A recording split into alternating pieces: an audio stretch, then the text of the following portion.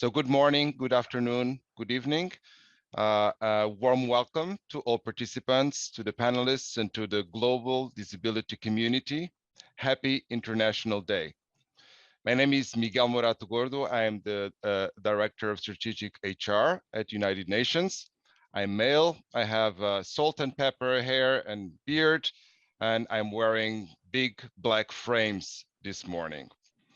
In partnership with the Kessler Foundation, Jpmorgan Chase, Microsoft, Salesforce, the United Nations Population Fund, UNFPA, the United Nations Development Program, UNDP, United Nations Children Emergency Fund, UNICEF, the Office of Information and Communications Technology, OICT at the UN, the Department of General Assembly and Conference Management, DGACM at the UN, as the Office of HR is facilitating today's panel discussion on the advancement of employment for persons with disabilities.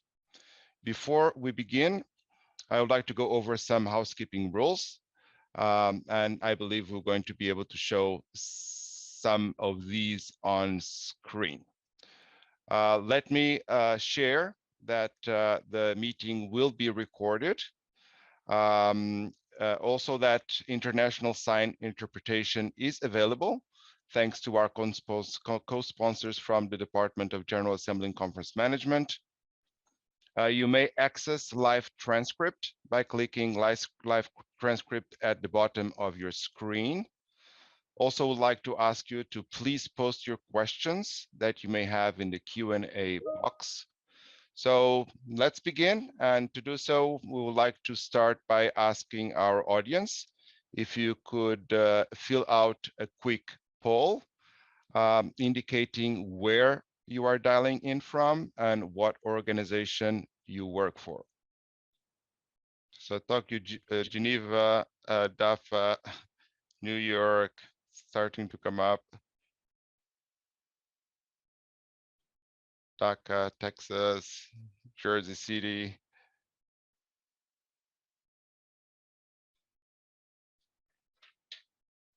London, Nairobi, Chicago, Copenhagen, Vienna, Tampa, Austin.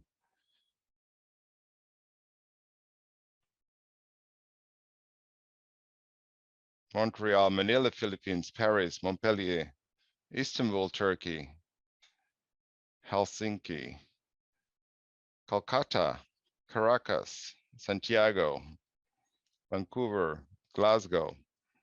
List is growing and growing. And I see also the number of participants is now at 340 in Zoom.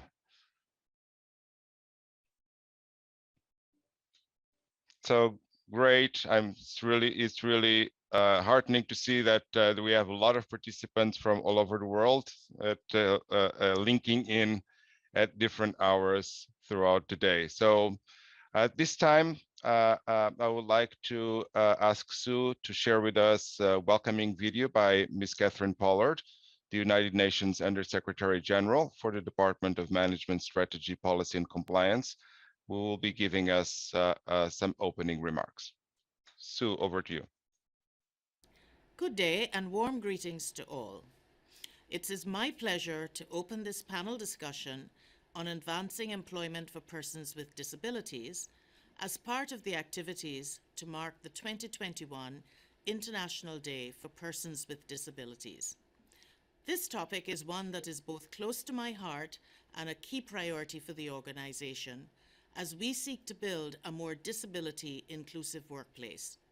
I firmly believe that disability inclusion is a human right and an organizational imperative. This year marks the third year since the launch of the United Nations Disability Inclusion Strategy and the recently released 2020 report of the Secretary General on the strategy, which highlights some of our achievements. We are encouraged by our achievements in the employment-related indicators. To ensure that we remain on track, we will continue to mainstream disability into our human resources programs and initiatives. We're streamlining our reasonable accommodation process to better support its implementation. Our recruitment platforms are being upgraded to be fully accessible to applicants with diverse abilities. We are improving our data collection process to support more data-driven decisions. We are strengthening our partnerships with various outreach and sourcing platforms and actively promoting the UN as a disability-inclusive employer. And finally, we will continue to advocate for greater inclusion through our awareness campaigns and build the capacity of our workforce. We acknowledge that there is more work to be done, and quickly, in order to build and sustain enabling environments. Today, our panel of experts will discuss how technology can support disability inclusion. They will also discuss strategies for a safe post-COVID return to work. Armed with the knowledge gained from these discussions, we will continue to strengthen our response to ensure the removal of barriers to inclusion. Our goal is to ensure that persons with disabilities are afforded equal rights and that they are able to lead rich and fulfilling careers with the United Nations. I wish to recognize the members of the disability community, particularly those in our workforce, who work tirelessly to advance the UN agenda. Special thanks are also due to the Kessler Foundation, Jpmorgan Chase, Salesforce, the International Disabilities Alliance, and all of our other partners. Thank you all for your invaluable contributions and being here today. I would like to thank USD Catherine Pollard for her opening remarks, and I would like now to invite Ms. Cherith Ann Chalet, the United Nations Assistant Secretary General for General Assembly and Conference Management, to give us her welcoming remarks. Over to you. Miguel, thank you so much. Good morning, colleagues, experts, practitioners, innovators, and champions of accessibility. I am delighted to be here today on this International Day for Persons with Disabilities on behalf of the Department for General Assembly and Conference Management, and share some of the work that we have been engaged on in the department to improve the accessibility to each element of conference management and services. And we are also delighted to be alongside Catherine and Miguel and in this presentation, in this event today. Today's event, which has become a regular feature of International Day for Persons with Disabilities at the UN, provides us an excellent opportunity to take stock and to discuss two extremely important issues. One, the role of technology as a crucial enabler of accessibility and inclusion, and two, the safe and accessible return to the workplace. My colleagues and I are especially happy to be here to share DGACM's innovation efforts to automate multiple processes and ensure that the benefits of this automation are equally shared and serve to empower staff with disabilities. We look forward to engaging today and to exchange ideas, which will enhance our collective vision of a modern, diverse, and fully empowered workforce that conducts its work in a barrier-free environment. A workforce that welcomes all, a workforce that thrives by helping all to fully contribute, and a workforce that leaves no one behind. Digital accessibility has been a key need for some time, but has become especially important during this COVID pandemic, when the public health emergency required staff to work remotely. Over the last few months, our department has worked with representatives of the community, including the World Blind Union, to use the most recent barriers as a forcing mechanism and raise awareness of barriers among service providers and developers to help to achieve meaningful change. We also facilitated an awareness-raising presentation for developers at CERN in Switzerland, who are working with the UN team on improving Indico.UN, which is our corporate registration system there. In addition, in the production of UN documents, redevelopment work was done to our flagship in-house web-based translation interface, eLuna, to make it more accessible to persons with disabilities. eLuna provides access to references, terminology, machine translation, and quality checks. Technology also helped create a virtual workplace for all under business continuity arrangements.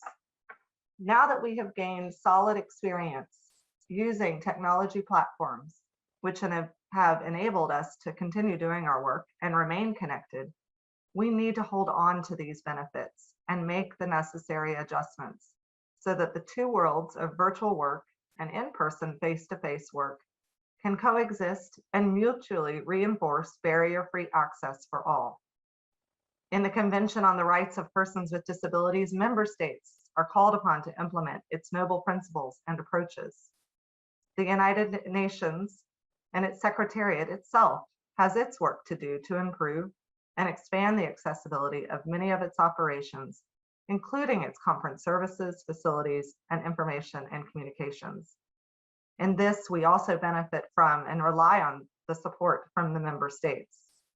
For example, in Resolution 71323 of September 8th, 2017, the General Assembly decided that in all of its meetings, provision should be made for accessible seating for representatives with persons with disabilities, in which case the seating order was in a given meeting is changed in such a way as to allow the requesting delegation to move to the closest accessible seat from the one it occupies in accordance with the order established for each session of the General Assembly, and the seating order of the rest of the delegations is moved by one seat. DGACM facilitates such accommodations. We hope that the innovative approaches, partnerships, and best practices discussed during the two distinguished panels today will help us to further refine our tools and methods of implementing the UN Disability Inclusion Strategy and fulfilling the expectations of member states towards full accessibility of the United Nations. May we be inspired by the contributions, humanity, achievements, and talent of the hundreds of millions of persons with disability around the world. Thank you. Thank you, Ms. Chalet, for your welcoming remarks. So it's time for us to start with the first of our two panel discussions. The first one will be focusing on advancing employment for persons with disabilities, the role of technology.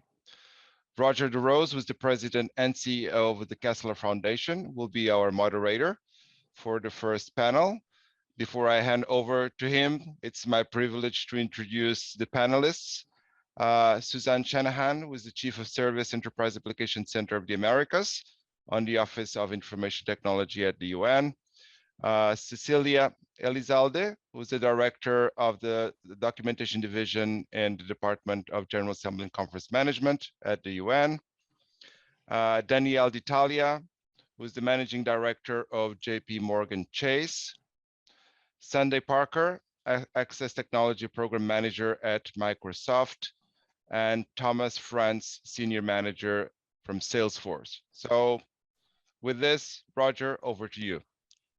Miguel, thank you very much for the introduction, and hello everyone, wherever you might be around the world.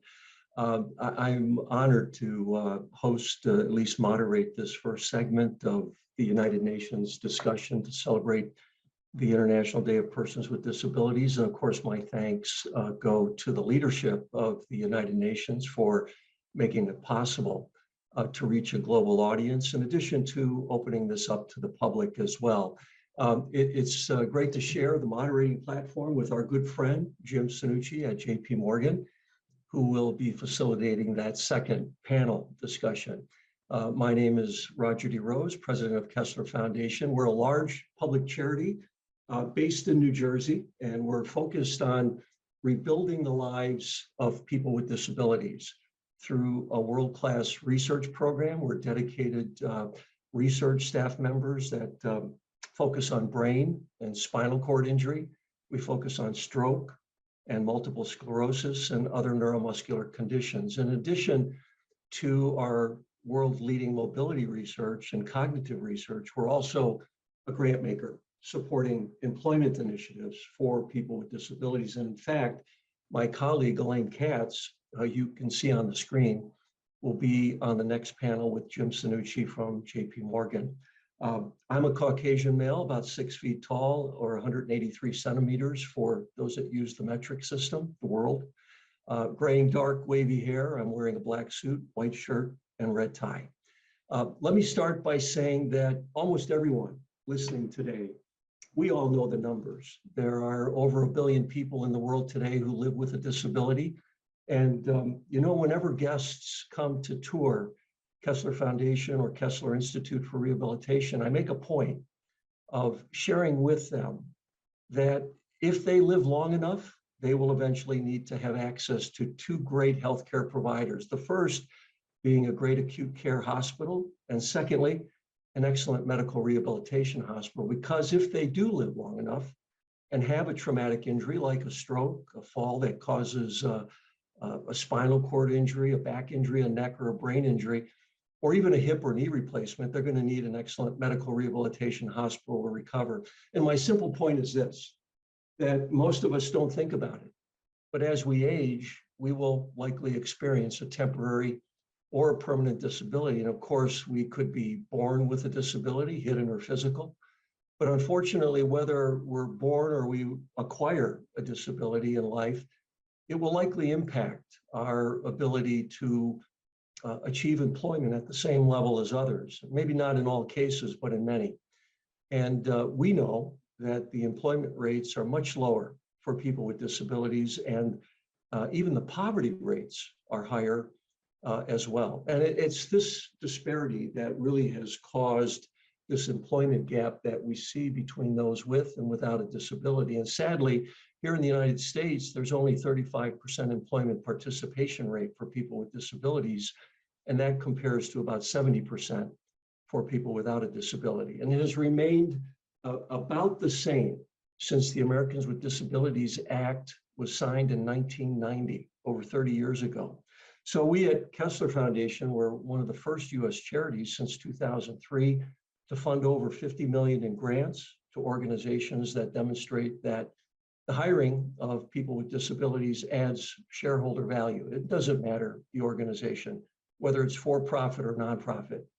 And fortunately, other public charities have joined in now in making investments in employment initiatives for people with disabilities. So with that, this morning, I've been asked to moderate the innovative technologies and digital accessible tools that can help narrow the employment gap between those with and without disabilities. And since we've all been introduced by Miguel, perhaps as each panel member is directed a question, they can start by giving a visual description of themselves in this age of virtual meetings, which will help our listening audience as well.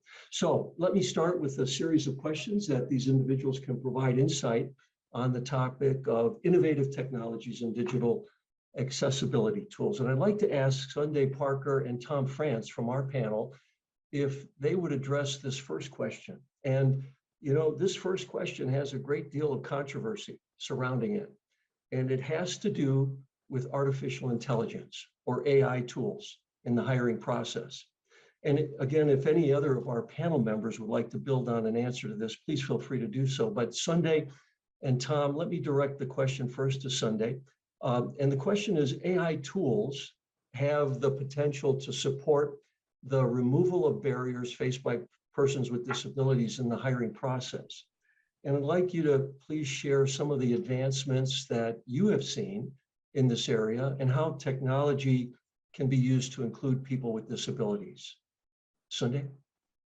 Thank you, Roger. Hello, everyone. It's such an honor to be with you all today. Again, my name is Sunday Parker, and for participants who are blind or not able to look at their screen, I'm just going to give a brief visual description. I am a female in my late 20s. I have long blonde hair, and I'm wearing a red lipstick and a plaid sweater today. Thank you so much for this question. We really see AI as having the potential to empower people with disabilities with more information and more intuitive experiences. And this can be in the classroom, in the workplace, or just simply out in the community. And we see AI as having impact in all kinds of technology experiences. Even today, we use AI in captioning for the deaf in Teams, PowerPoint and image descriptions in Seeing AI, as well as reading tools for those who have learning disabilities in Immersive Reader. We're really proud of what we've been able to accomplish leveraging AI, but we also realize that no one company can address all that is really possible here. So in 2018, we launched AI for Accessibility, which is a 25 million 5-year program, which is aimed at leveraging the power of AI to create experiences that amplify the capabilities of people with disabilities. And this program hosts calls for proposals periodically throughout the year. And this covers topics like education, employment, mental health, and more. And we award Azure grants to get the most innovative technologies to people with disabilities around the world. But also, there are 200 million people today who use Microsoft 365 to build and edit and share information daily with their colleagues. And we want to make Office content accessible and as simple as using spell check. So using AI, we make it easier for anyone to be accessible and inclusive by creating content that is accessible and doesn't have any accessibility issues when their colleagues open documents. So things like accessibility checker, it will automatically prompt to fix accessibility issues or to improve accessibility before users ever encounter the documents. So this is one example of how we're using AI right in our products to improve accessibility experience. Another advancement in this area is our Seeing AI application, and this is an intelligent camera app that provides users with information around who is around you, what is around you, and it includes environmental context like people and objects and verbal descriptions of documents or money, for example. There's just so much potential to use technology and AI, but it really has to be done thoughtfully. And I think Thomas, if I know him, is going to try to touch on that fully, but really acknowledging that it can be leveraged to create more inclusive experiences, just done with intention and thought behind it. So thank you again for this very important question. Thank you, Sunday. Appreciate it very much. Tom, would you like to build on that as well? Yeah, definitely. I will start with an introduction. I'm Tom Ferrance. I'm the Senior Manager of Accessibility, Public Relations, and Partnerships at Salesforce. I'm a disabled person with too many disabilities to list. I'll take up too much time, and neurodivergent. I'm a white male in my late 30s with a beard that has just the perfect amount of gray and silver. I think that means that I'm gaining some wisdom. I'm not too sure. Yes, I think that Sunday covered a lot of the good stuff and the things that we need to start with. And I wouldn't say it's small because it's all really important, but it's a good measure on how we can start bringing AI practices to accessibility. Spell check saves my life every day. As we look at the future, though, and I think that that's the area where you get AI and ML, machine learning engineers, you all want to look to the future, and we can use Meta, which is Facebook as an example. That's where I came from before I came to Salesforce. In, how can we start using data to classify a person so that we can provide a more tailored experience there. And I think that there's been a lot of work done in diversity that's been successful, and that's usually around race and gender. I think the difficulty is that disabilities isn't anything like those areas. And typically a disabled person, a person with a disability, depending on where you are in the globe, is an outlier in data. And that's not something that AI and machine learning is supposed to do. You know, it's to have a statistical norm. So, you know, there's some things that we can do around certain disability types that are more honed in. If you're from the deaf, hard of hearing community or the blind, low vision community, you know, some of the stuff with technology might be a little bit easier, and we're doing that kind of work with screen readers and all of that. But when you start to get into other areas, and I think about this as a neurodivergent person, if you're autistic, you're on a very variable scale. And so how do you classify a person who's autistic and start to tailor an experience when that might not work out too well? And I saw a question on there from Stefan around recruitment. And that's one of the areas that I worry about. Usually machine learning there is based on clinical algorithms. So it wants to go towards that medical diagnosis area. And again, it's like, let's say you provide a job board service, and going with neurodivergent, because that's my space again, you know, I get classified in a bucket and start getting jobs tailored to me that don't even fit the accommodations I would need, the skill sets I need. And one, it just feels less inclusive, but it's also setting me up for failure. So I think that we really need to figure out a way to get machine learning experts in this space. I think that there's still a gap when it comes to pay at organizations between somebody who works on product versus somebody who focuses on accessibility. So how do we push that? Yeah, I think that we just need to start with more training. And I know that Stefan, the International Labor Organization, the Global Business Disability Network, organizations such as IBM is putting huge focus on all of this. So I'm excited for the future. I'm also scared as a father of 4. It might not affect me, but it is going to affect my children as they start to enter the workforce. Right. Thank you, Tom. That's a great summary. And, you know, just a footnote here, Sunday, you know, I think we talked about this, that Kessler Foundation and Microsoft's AI for Accessibility has been given, we gave a grant to the Ontario College of Art and Design to explore bias in the current hiring systems. And it's a 1-year grant to investigate the non-disability employment data. And we know that companies are increasingly using AI, as you both mentioned, to screen potential candidates to hire. And the current profiling is usually based on existing data and cultural compatibility, which oftentimes discriminates against people with disabilities. Let's go into our second question, which is for Suzanne.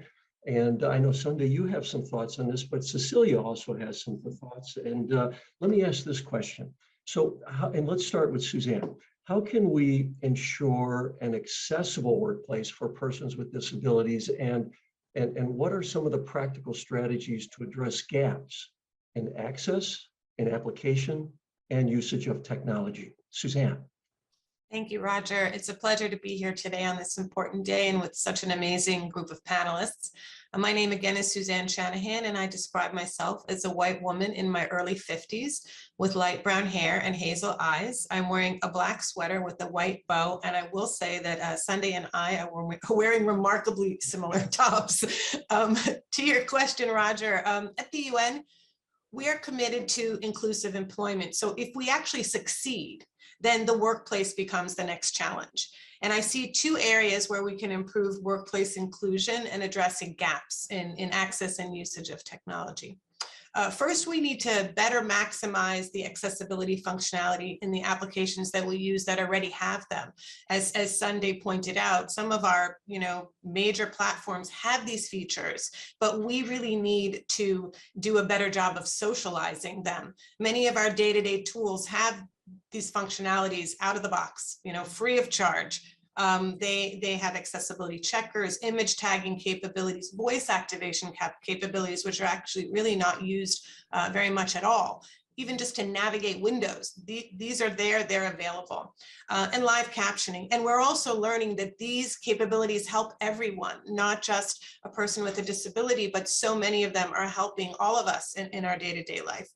Our job when we're socializing them, it's not just to say, here's this feature and how you use it, but we want to use this as an opportunity to teach our community why we're using them and why this is important, and that this type of inclusion mentality is a core value to the work and how we want to work with each other at the UN. This week, we're releasing a new accessibility content theme on our intranet knowledge gateway. This is the central portal for operational guidance. And we've brought this there to create a central point to start to collate and bring information and video learning and checklists to our staff population. We've also added a new assistive tool on top of the gateway itself to make sure that the gateway is not a barrier to the content that's there. I think that a second area where we can close gaps is when we're building or buying software and applications, and to change and to start to think from an accessibility first mindset and a universal design approach. This type of compliance needs to be a priority when we're in a procurement exercise and when we engineer websites and applications, because it's just far more effective, cost effective, and from an engineering perspective, faster to design with these requirements up front rather than paying or trying to fix them later when you have a fully formed product. So I think that those are two areas where we could make some real progress that will deliver immediate benefits. Thank you. Thank you, Suzanne. Appreciate that. And I know, Cecilia, you have some thoughts on this as well. Would you like to share that with the audience? Thank you very much, Roger. Good morning, good afternoon. Thanks for inviting me to participate in this panel. I am a woman in my 50s. I have a red dress, a red lipstick, and purple glasses. I work at the UN as the director of the documentation division, which is a very large division. We have 550 translators. We produce the documentation of the United Nations. I'm very interested about the presentation of Sunday about how we can make those documents even more accessible. Whereas this will be like a very nice exchange of information.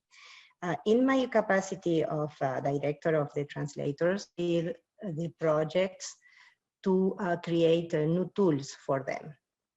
And one of the tools is called ILUNA, Electronic Languages of the United Nations. And when we created it, we didn't know, we were not aware that we had in our team already in Geneva, not in New York, 2 blind translators. So after we deployed the tool, we find out that nobody told us that we had colleagues that couldn't use our tool.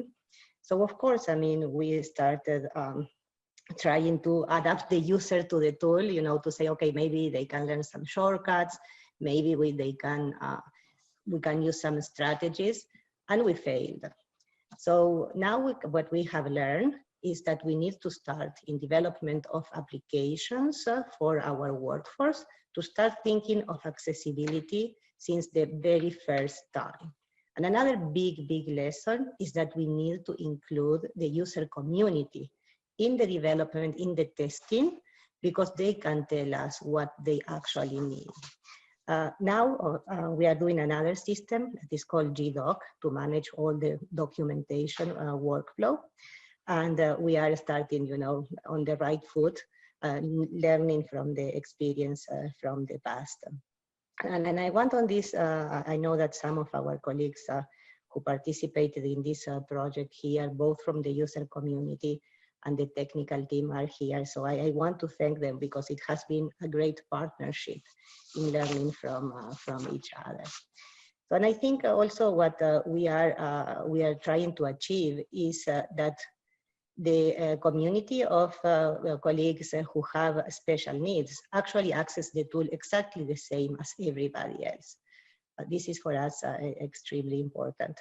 And our tools, I want to say, is they are not only used by the translators at the United Nations in New York, Geneva, Vienna, and Nairobi, but also we have all the regional commissions and other organizations like UNESCO, IMO, WMO, who are also using. So I think that this is a part of our strategy of making, you know, our tools really accessible for everyone in the team. Thank you.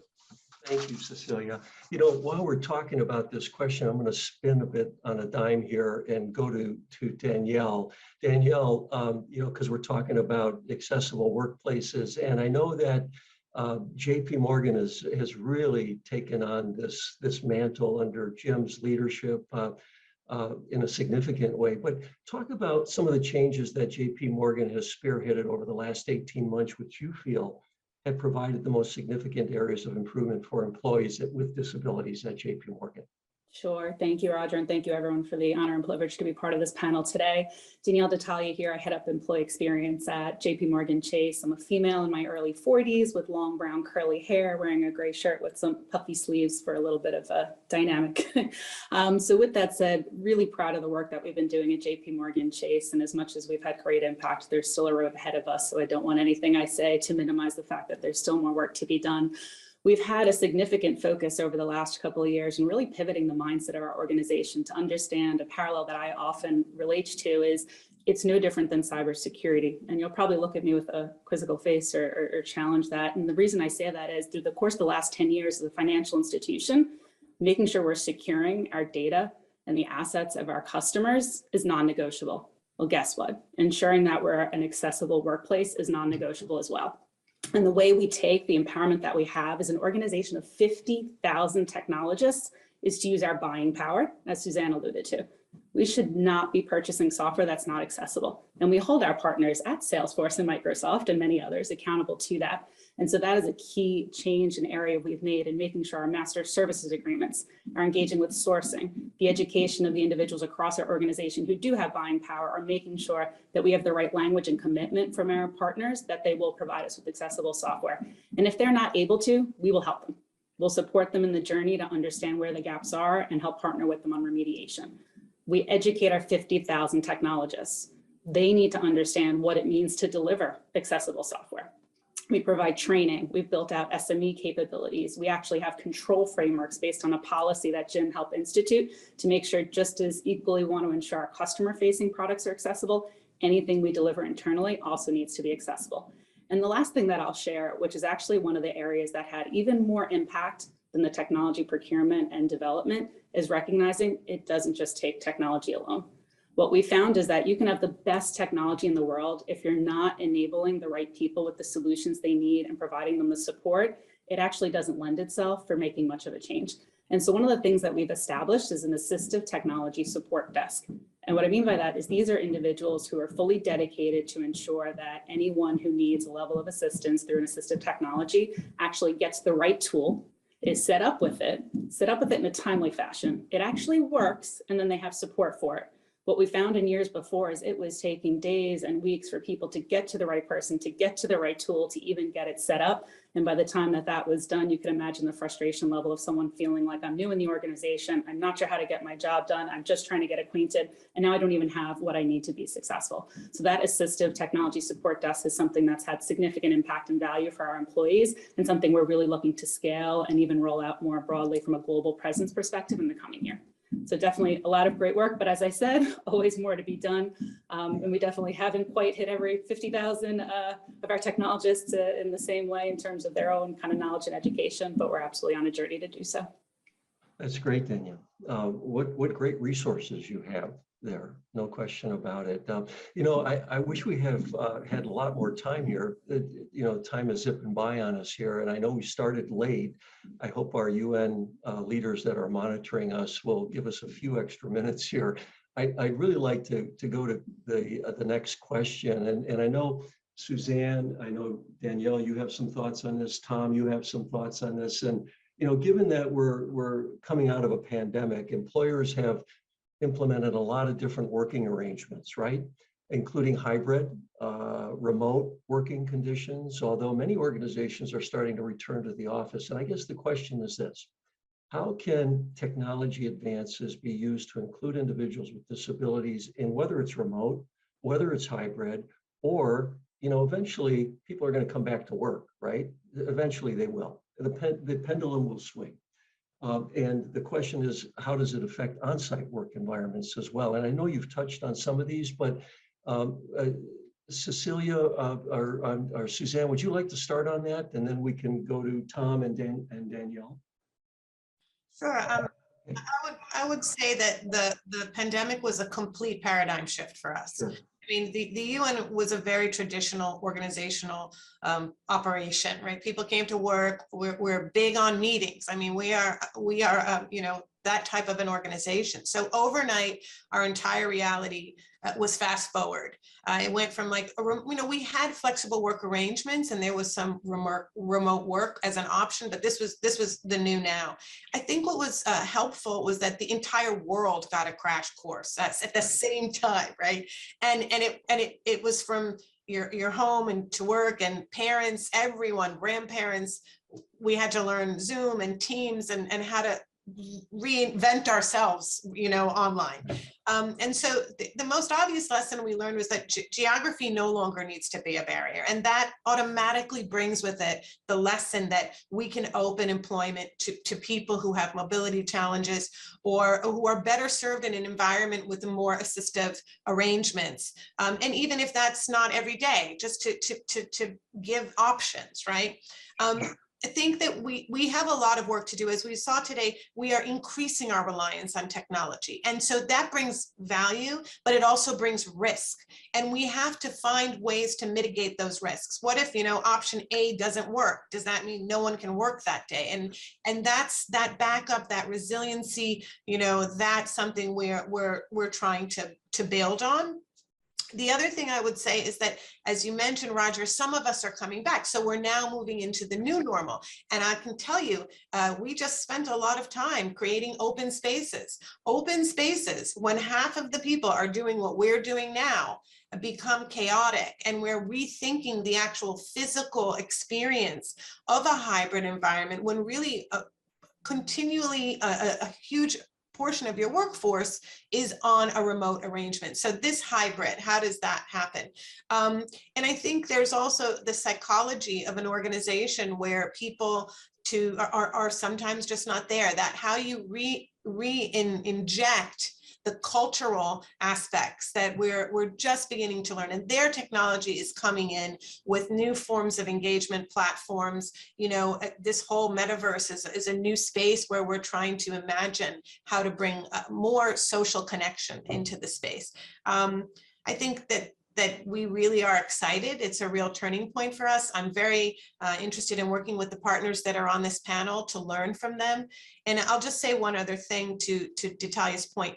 Technology doesn't stop, right? Today's version changes over and continuously. And so accessibility has to be in that cycle at all times. So every release, we recheck, we adjust. It is not a one-time investment, right? It's a new way of thinking. Right. Thank you. Thank you, Suzanne. Tom, being with Salesforce, a great organization, technology leader, talk to us about this question here about following the pandemic and your thoughts on it.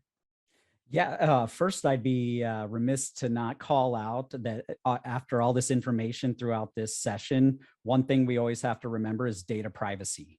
I think it's often forgotten, especially building. We want to move so fast, especially with accessibility and pushing product teams, that we need to protect people with disabilities and make sure that we're doing the right thing. And it can't just be US centric, because laws around the world are so different. And I saw somebody ask about resources, country specific. We do need to focus more on providing guidance for everybody on a country level. Now, going into what we do, it's less of a technical exercise, but something that's been hugely helpful. And it's been in the company for a while, but it's been pushed recently for every team to do. And it's called a teaming agreement.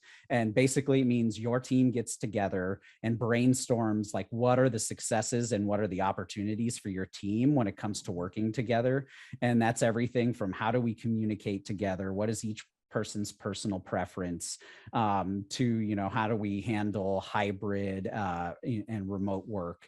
And our team has a unique ability to bring the disability perspective to it, because most of us on the team have a disability, which means we can help provide more things for the company as a whole. And I think that it helps everybody. It was interesting to see all the different communication preferences and all that. And it made me realize it's easy for us to criticize the gaps of every platform, but not understand the unique like positives they bring, such as, and a lot of platforms are now using integrations.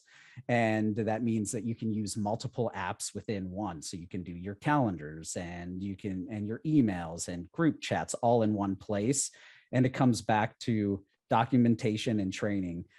If you were to give me, and I wasn't, a disabled person and knew anything about accessibility, a step-by-step detailed checklist, go here, do this, I'd be way more willing. It'd be so easy for me to do these accessible things for all people. And we just don't have that. We have very general information out there that's hard to understand with terminology people don't understand. So we need to come together and really, change that tone and theme and be less technical in how we do things and more inviting in that. So I'm looking forward to the future as I'm seeing that change happen more recently. All right, thank you, Tom. I want to honor the time commitment that we had to work within with the United Nations. And so I think we're getting to that point now where we're going to have to summarize our last minute thoughts here. And I say last minute thoughts because they would like to give each of us a minute to summarize our thoughts on this topic. So if you could, we'll start with Cecilia, and give us a 1-minute summary on your final thoughts about technology, digital accessibility tools that can help narrow the employment gap between those with and without without disabilities. And I'd ask you to try to limit it to 1 minute so we can stay within the United Nations timeframe here. So why don't we start with you, Cecilia? Thank you. Thank you very much, Roger. Yes, indeed. I believe that there is a lot of opportunities for technology to facilitate the inclusion in the workforce. And we have examples. For instance, we have one of our colleagues today here. She has Parkinson, and she is using machine translation to produce her work in a better way. She's a professional translator. She knows how to translate, but in order to facilitate typing. And the examinations that we are doing here at the UN that are remote also are helping, bring translators with disabilities to the workforce in a larger numbers than before. But for instance, yesterday, when we were preparing for this meeting, we realized that in our job openings in my division, we don't have a note about reasonable accommodation. So it's very good to have the tools, but if we don't tell colleagues, the candidates, that we can provide accommodation, maybe they don't know that we are willing to do it. So I think that this is a learning process. Technology is facilitating, but also, it's not also only about technology. We also need to grow and to start, as I said, engaging with the colleagues with disability, with the candidates with disabilities to make a more inclusive workforce at the UN. Thank you. Thank you, Cecilia. Sunday, would you like to go next? Yeah, sure. Thank you. I want to first circle back to Danielle's point on accountability, because I think that's a really good starting point. And, at Microsoft, we very much realize that the decisions that we make every single day, whether it be engineering focused on the products that we create or on the culture that we're creating at Microsoft, that it has real impact on people, including our own colleagues, our customers, customers, and we take that responsibility very, very seriously. And in addition to that, we also see it as an opportunity, because disability really is a strength to be able to create products and cultures that within Microsoft and within the catalyst that it creates beyond, to be able to create experience and products that open doors with technology. And when I think about technology and the impacts that it has had in my own life, I'll age myself here in the fact that International Day of Persons with Disabilities was actually founded on the same day that I was born. So, we're having this discussion 30 years later. And while I acknowledge the progress that has been made, because I mean, quite frankly, as a person with a severe physical disability, I would not be here today if not for the opportunities that technology has given me.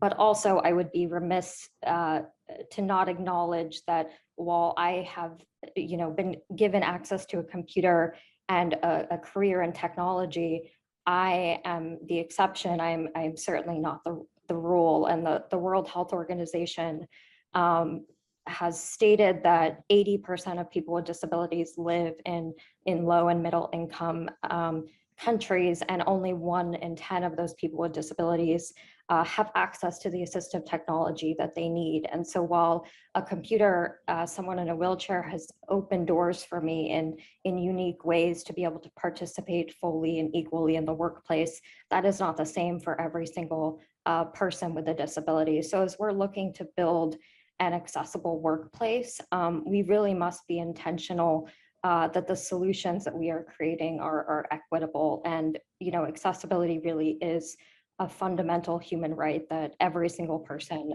should have access to. So that's where I would leave that. And I know it's a big conversation, and not one company has ever solved that. But I do ask that every single person, regardless of whether you have a disability or you want to be an ally in your role, to look for ways to start to bridge that divide in whatever capacity that you have. Right. Thank you, Sunday. Suzanne, how about a 1-minute summary from yourself? Thank you. Building on what Sunday and Cecilia has said, the UN plays a vital role in amplifying the values of human rights and the Charter. And I think we have to also apply those values inside the organization. And our first step to opening barriers to employment and really building a community in our staff of an inclusive staff population brings day-to-day contact, changes our thinking, and allows us to exercise those muscles. As Cecilia always says, we have to build those muscles inside of our own organization. I would also just like to say that we have to learn disabilities are not always visible, right? There's an entire spectrum of types of people that we have to build an environment, an enabling environment around, so that we can be the strongest organization that we can be. And I guess I think I would maybe end on a message of hope. Even just in the past few years, I feel like inside the organization and around us, and maybe in part because of the new visibility that technology has on its impact, I really do hope we keep driving this momentum, because the momentum is picking up and it's becoming life-changing, actually, in many scenarios, such as Sunday described. So I'm very happy to be a part of this. Thank you, Suzanne. Appreciate that. And Tom, how about a 1-minute summary from your perspective?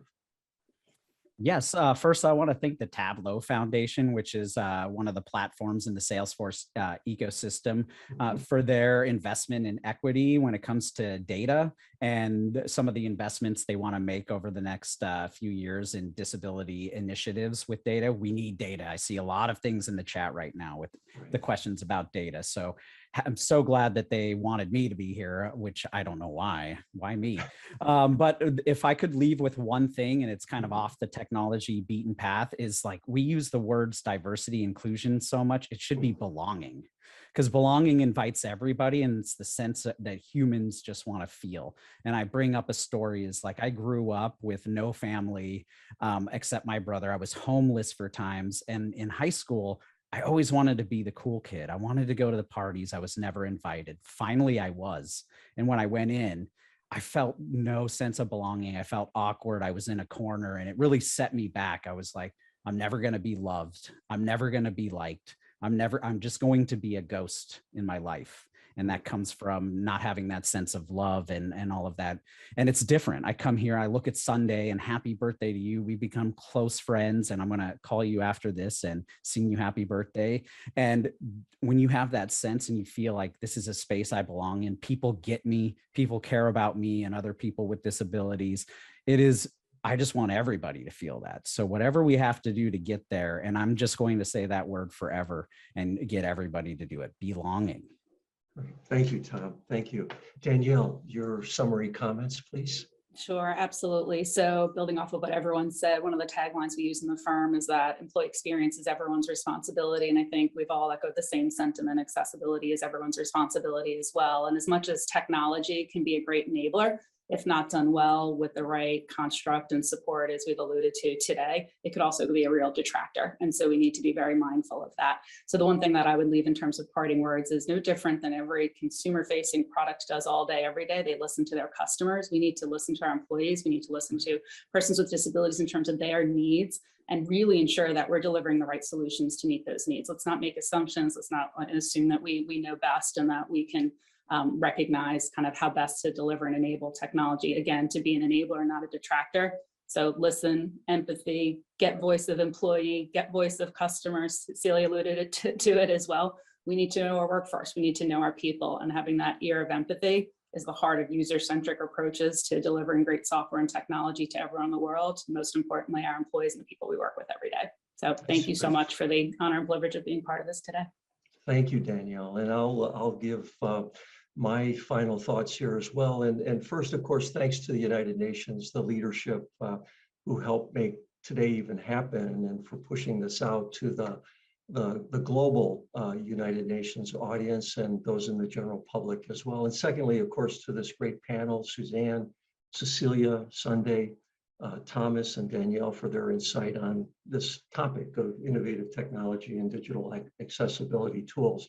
You know, my opinion is that that the commitment to accessibility has to be driven by industry leaders, and it has to include input from, as Danielle said, customers with disabilities, employees with disabilities who are going to help drive the accessible by design features in not only products, but services as well.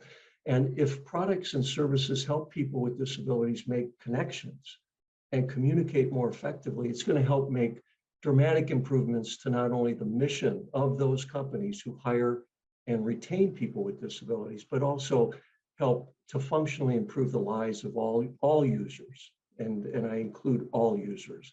So as this new workplace that has created, that we've created following the pandemic, whether it's in-person workspaces, whether it's hybrid, whether it's remote for some organizations, technology and accessibility will be a key factor in determining how functional the workplace is going to become. And for many employees with disabilities, it can be really a difference between being a key contributor, like Thomas was saying, to the group, or not participating comfortably in that group. And if our listening audience today wants to make a difference, I would leave you with this thought: be a force multiplier and ask the business community to ensure, and your organizations, to ensure that accessibility is part of their product and their service designs of the future. And if we do that, we're going to leave very broad shoulders for the next generation of leaders to build on. So thank you very much. And the United Nations, I'll let the group that is managing this take over from here. Thank you. Thank you, and big round of applause to this amazing group. Moderator Rodger and speaker Cecilia, Danielle, Suzanne, and Sunday. Happy birthday, and Thomas. This has been an incredibly rich discussion. I know there was no time to go through some of the very good questions in the chat, but if the panel members, the panelists will remain for after the second segment, perhaps Rodger, if we count on you to check whether there will be a possibility to address some of those questions. So let's leave that open. And again, this was really interesting and an interesting topic. And I've myself learned a lot in terms of the role of technology in facilitating employment for persons with disabilities. We're going to have a second panel, which will start soon. But before we do so, with everyone's permission, we'll take a 4-minute break. So it's 10:11 in New York, and we would resume at 10:15 New York time in 4 minutes. We'll start with the second panel discussion, which is going to focus on advancing employment for persons with disabilities post-COVID-19 return to work. So we're going just to break for 4 minutes, and we'll be back very, very shortly. And again, big, huge thanks again to all the participants and of the first panel. Thank you.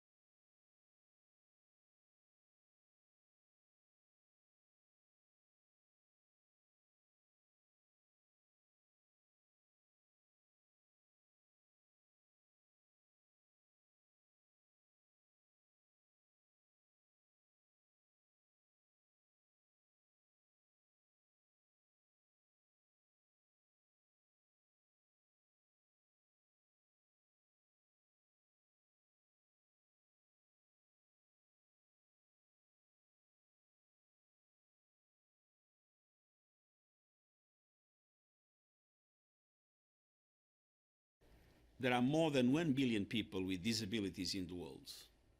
Realizing their rights is a matter of justice and an investment in our common future. It is also central to realizing the core promise of the 2030 Agenda, to leave no one behind. The United Nations Disability Inclusion Strategy is my commitment to achieving transformative change, to raise the UN's performance on disability inclusion, not just in its policy, but also in its programs and operations. Our destination is clear: a world in which all people, including people with disabilities, can enjoy equal opportunities, have a full say in decision-making processes, and truly benefit from economic, social, political, and cultural life. Every person should expect nothing less. Together with people with disabilities as agents of change, we can build an inclusive, accessible, and sustainable world for all. Thank you.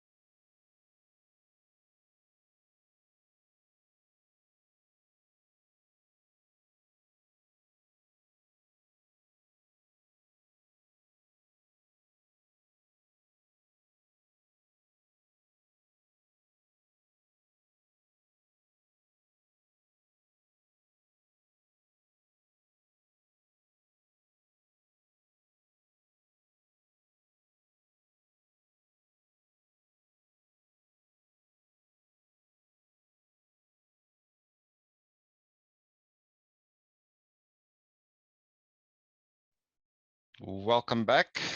We thank you also, the Secretary General, for the remarks that you've seen during the break. We're going to kick off our next panel discussion.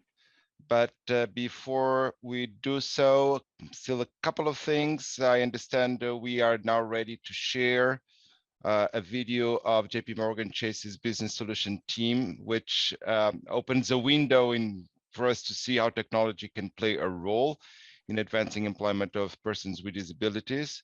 So we would like just to just to share that contribution with you.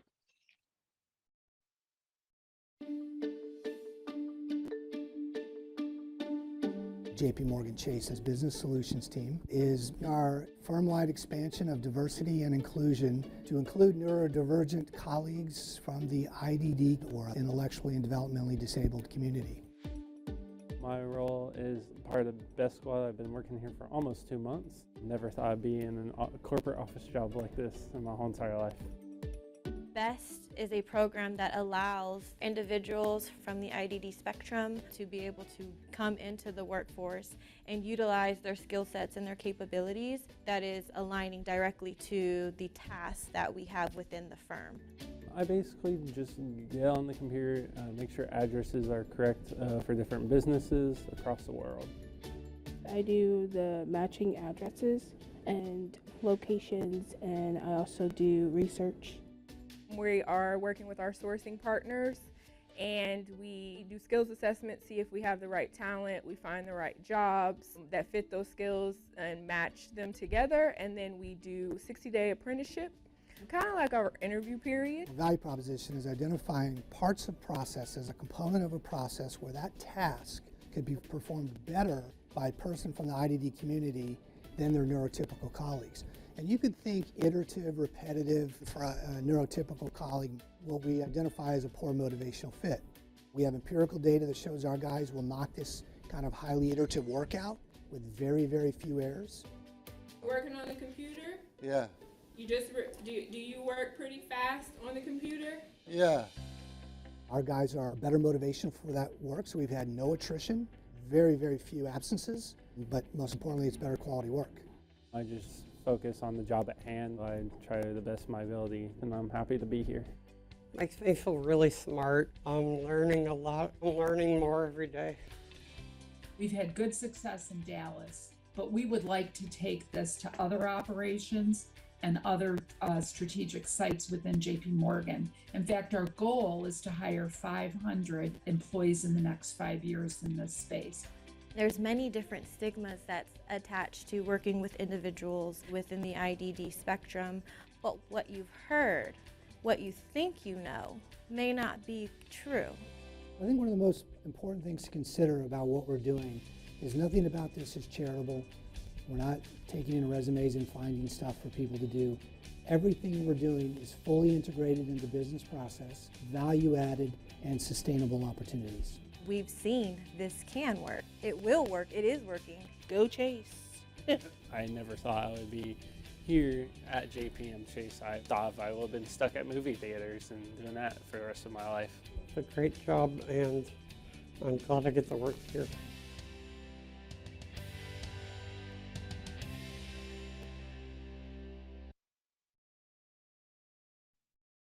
Okay, so before I have the honor of introducing our second panel, and we begin our next discussion, I just would like to stop for a moment and let us take a quick quiz from our audience, and welcome to new participants that may have joined after the first segment as well. And the quiz question is, what percentage of the world's population are people living with disabilities?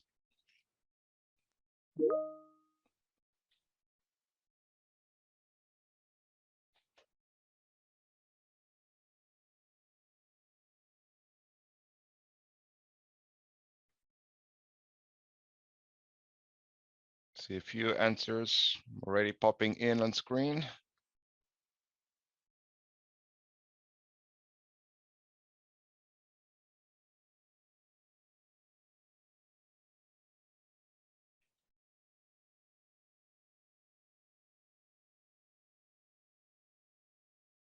I think we have the questions, the answers provided. Yes, and you can see indeed the correct answer is 15%. It's a very, very knowledgeable group of participants. Thank you. So let me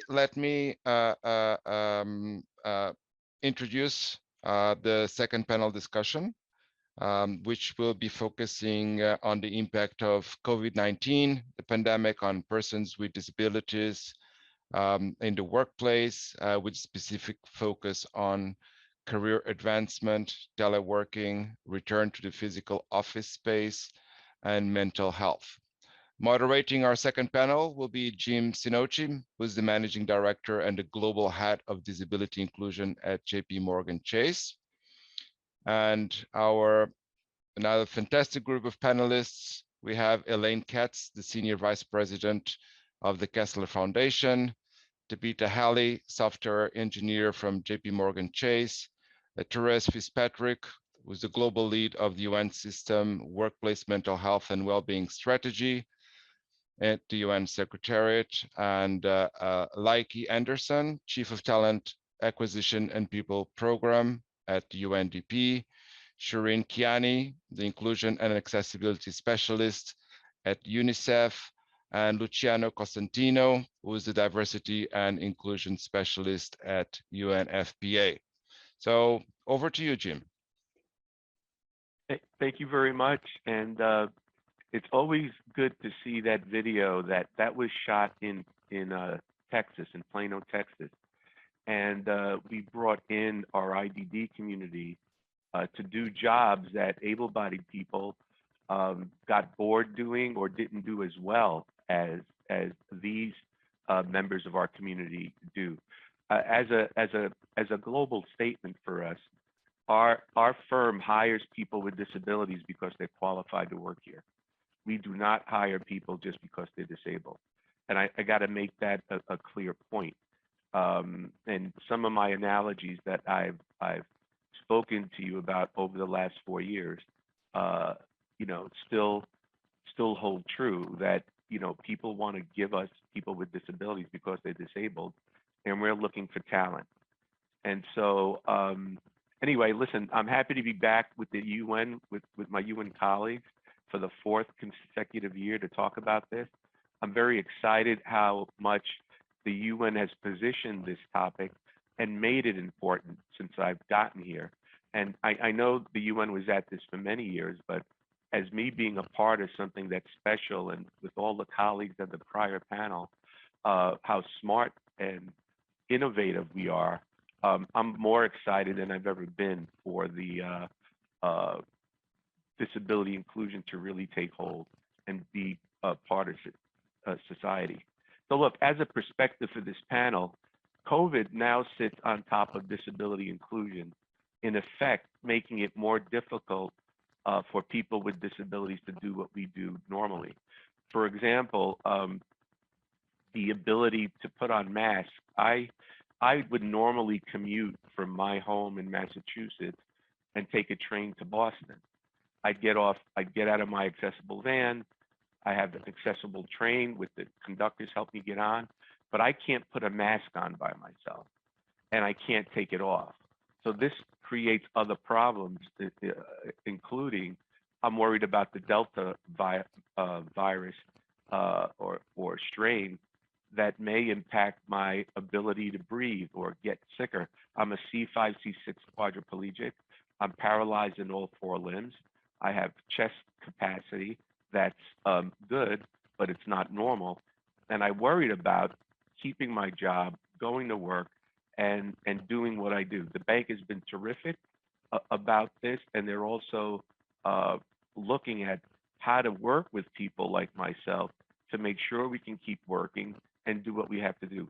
The COVID thing has really put a damper on people with disabilities and on how we think, how we get to work, etc. So this topic is still very important, and it's going to be a topic we're going to see for the next decade in terms of how people function and get to do the things we do. For example, when there is a crisis with transportation or even crime in the streets, the people with disabilities are vulnerable. So there are a lot of things we have to worry about in addition to just getting up every day and going to work and trying to do the best that we can. And I think that we'll hear more of this insight from our panelists. So thank you for making the introduction. So the first topic I'll ask Elaine Katz to take on and describe herself. But the question is, The COVID-19 pandemic has profoundly impacted many aspects of our daily lives, including the way we work. What, in your view, Elaine, are the critical issues to consider for persons with disabilities as some organizations seek a full return to the physical space? What steps can organizations take to ensure a safe return to the office? Thank you, Jim. I'm so honored, like everyone else, to be here on this International Day of Persons with Disabilities. I'm an older white woman with glasses, wearing a dark pink sweater, also with a gold necklace. So to your question and point, Jim, I think there are three critical areas that people with disabilities are concerned about. One, you've mentioned already, safety. The second I say is flexibility. And the third I'll call is my career, which we don't talk about too much. So the first is a pretty obvious point. Do I feel safe? Just because there is a clean workplace with everybody vaccinated, that still may not be safe enough or feel safe enough for individuals with disabilities. Another concern may be, what are my employer's protocols on COVID? What are the rules that have been developed and shared? Who is the point person? Is there a team, safety office, safety team, a safety officer, or in our case at Kessler Foundation, we used our facilities manager to be the point person for our COVID. And then who is responsible for activating this and developing the rules? Oftentimes it's HR. For us at Kessler, we used our HR team and senior management, but mainly to make sure that you know what's going on, it's been well communicated. You also mentioned a concern, which I have too. Do I feel safe to getting to and from work? What are the risks associated with my transportation route or how I get to the office, whether it may be using an Uber, whether it may be driving my own car and then having to get from a parking space to the building, whatever it may be. I mean, these are really only the beginning of the safety questions. Workforce stability is a really important topic too, when you've been working from home maybe a year and a half. For example, if I go back to my work setting full time, does that mean I totally lose my flexibility? Or can I split my time between working in the office and working at home in a hybrid situation, especially if I have a disability that may have flare-ups and I need to take some breaks during the day? This has been really great for individuals, whether or not they have a disability, that need to take those frequent breaks during the day. Or is this really an either or situation? I have to be in the office, or that's really it with my job. The first 2 points are pretty obvious. I think the third point is really what I'd like to speak about a little bit is, how does this shift back into the workplace affect my career? What am I gaining by being in the work setting? Do managers really want their best people in the office so they can see their work and assign more tasks? Am I missing out on opportunities for mentorship, for learning the job? And I know people have been hired during COVID, so I'm missing out on meeting new colleagues. Will I have the same access to technology and accessibility? We've talked a lot about that, but video conferencing and captioning have all been enabled for people working remotely, whether or not they have a disability. And now, if I go back to the office, am I going to lose that? Is that going to be special? That whole accessibility. So, I think those are some of the considerations for individuals. When you're looking at the employer, again, it's important to maintain and mitigate the risk so you have a safe workspace. Whether you decide to have a COVID mandate is important if you're not regulated by country to already do that or by profession. So again, as I mentioned, having those protocols in place, assessing your physical workspace, looking at the air filtration systems, the partitioning space, the social distancing space, having that person to help employees as the point person understand all of these situations. But importantly, it's the gradual transition from working at home to the office. I mean, how are you doing that? You can't, nobody likes transitions overnight. So it's really one of these, at Kessler Foundation, we did a gradual 3 or 4 month process where increasing time was spent in the office. So this isn't really an exhaustive list, but I do think there are just a few more points to consider. Has your business changed its policies as a result of COVID? How are you viewing disabilities in the workplace now, especially with the advent of long COVID? Did your policies around recruitment and accommodation change? And are your in-person jobs truly what you thought were in-person jobs, truly in person, or can it mean, scheduling to see clients on 4 days a week and having one day to stay at home? So you know, the other last point I will leave on is what happens when an employee with disability wants to continue working from home and you have an in-office policy. So I'm going to turn it back to you, but these are some of the considerations, I think, when you're looking from the employee's perspective and from the employer's perspective. No, I think you hit the right points. I want to ask you a supposition. Given what we've seen over the last 2 years and now going into possibly a third, do you think that work as we know it will morph into something else that'll be more palatable for employers? I know a lot of employers, and there's a good argument for having people go to work and collaborate and do it how we used to do it. But do you think that there will be a significant change that may even become permanent in terms of how we work in the future?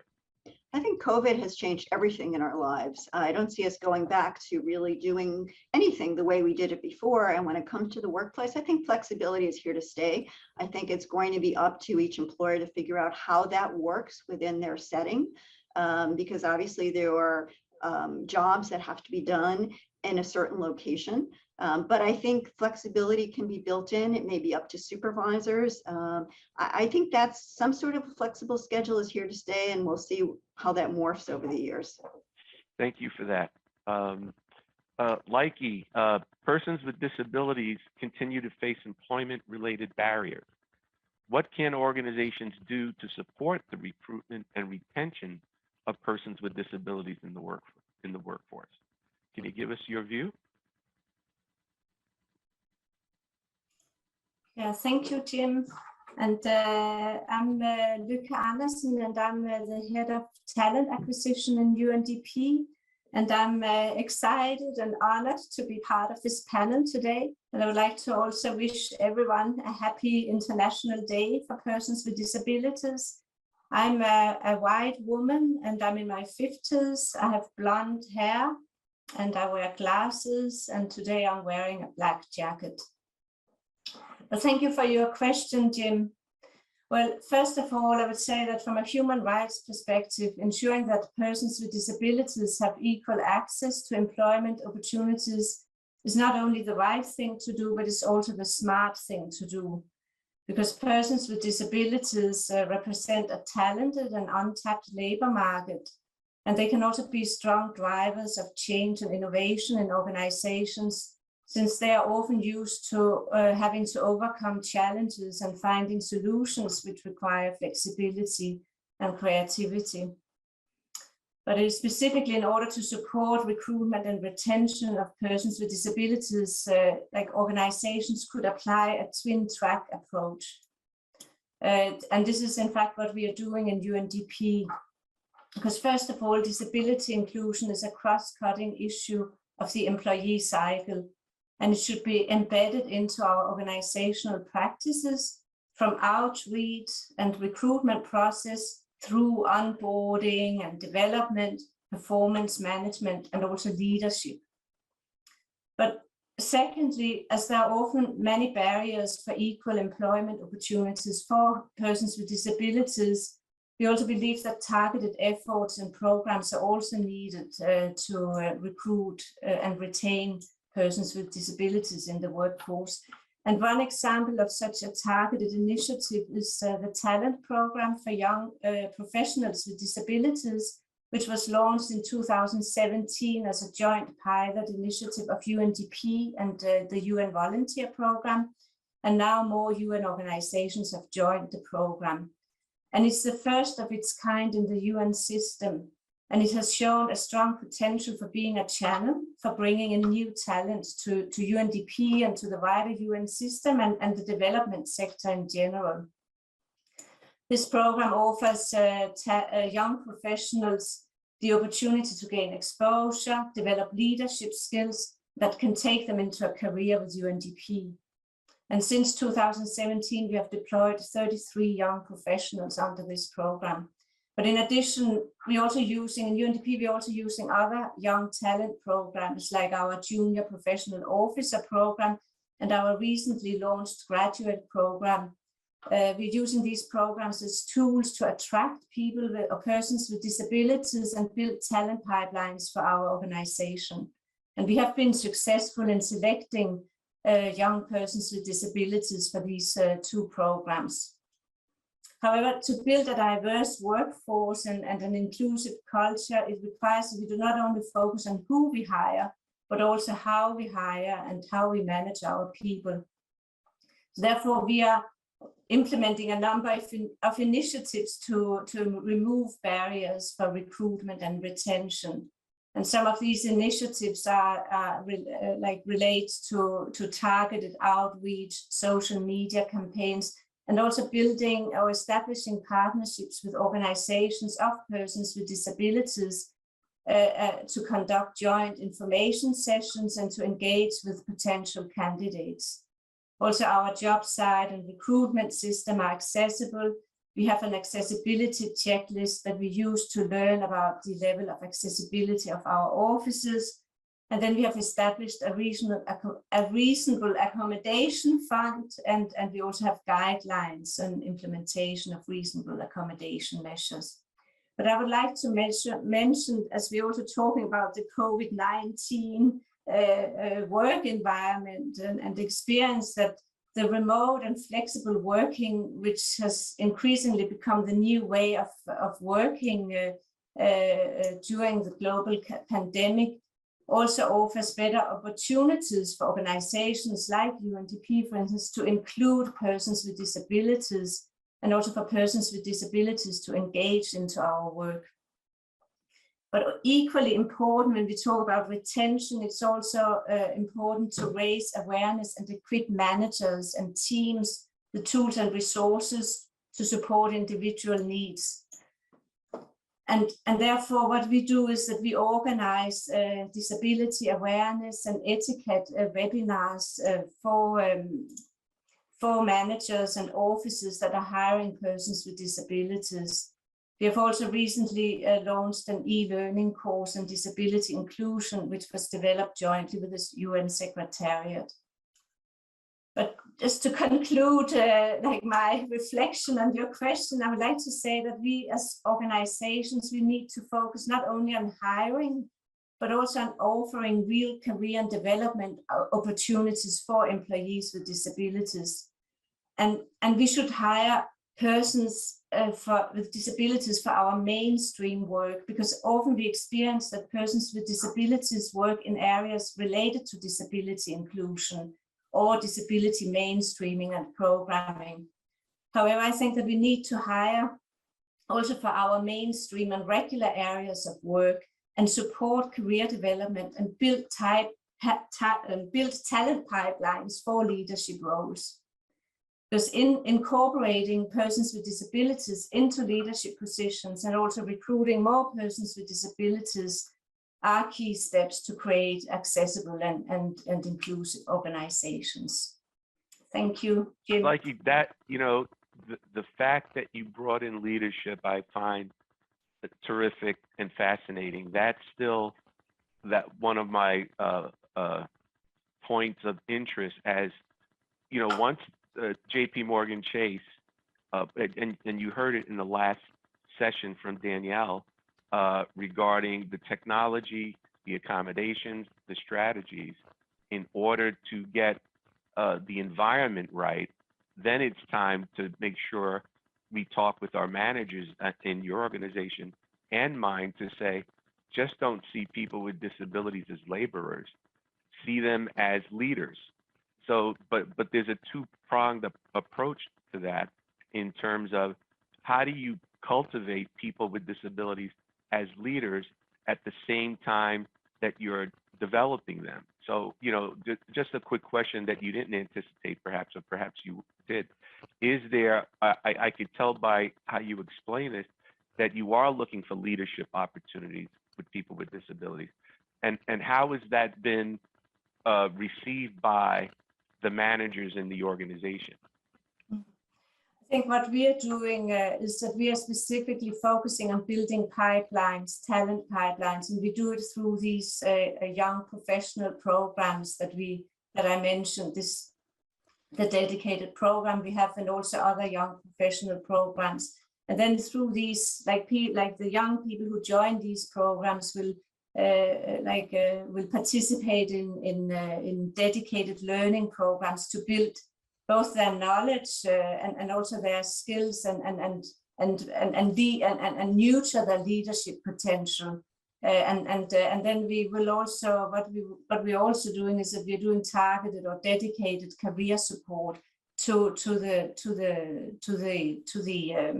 the people that we have in the talent pipelines. But I think this is so, yes. I think that's great. I just think that's great. I still encourage you to go forward. Thank you for that. Thank you.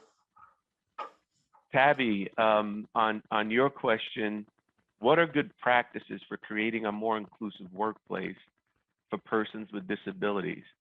Are there specific examples of strategies or approaches that can be shared in this regard?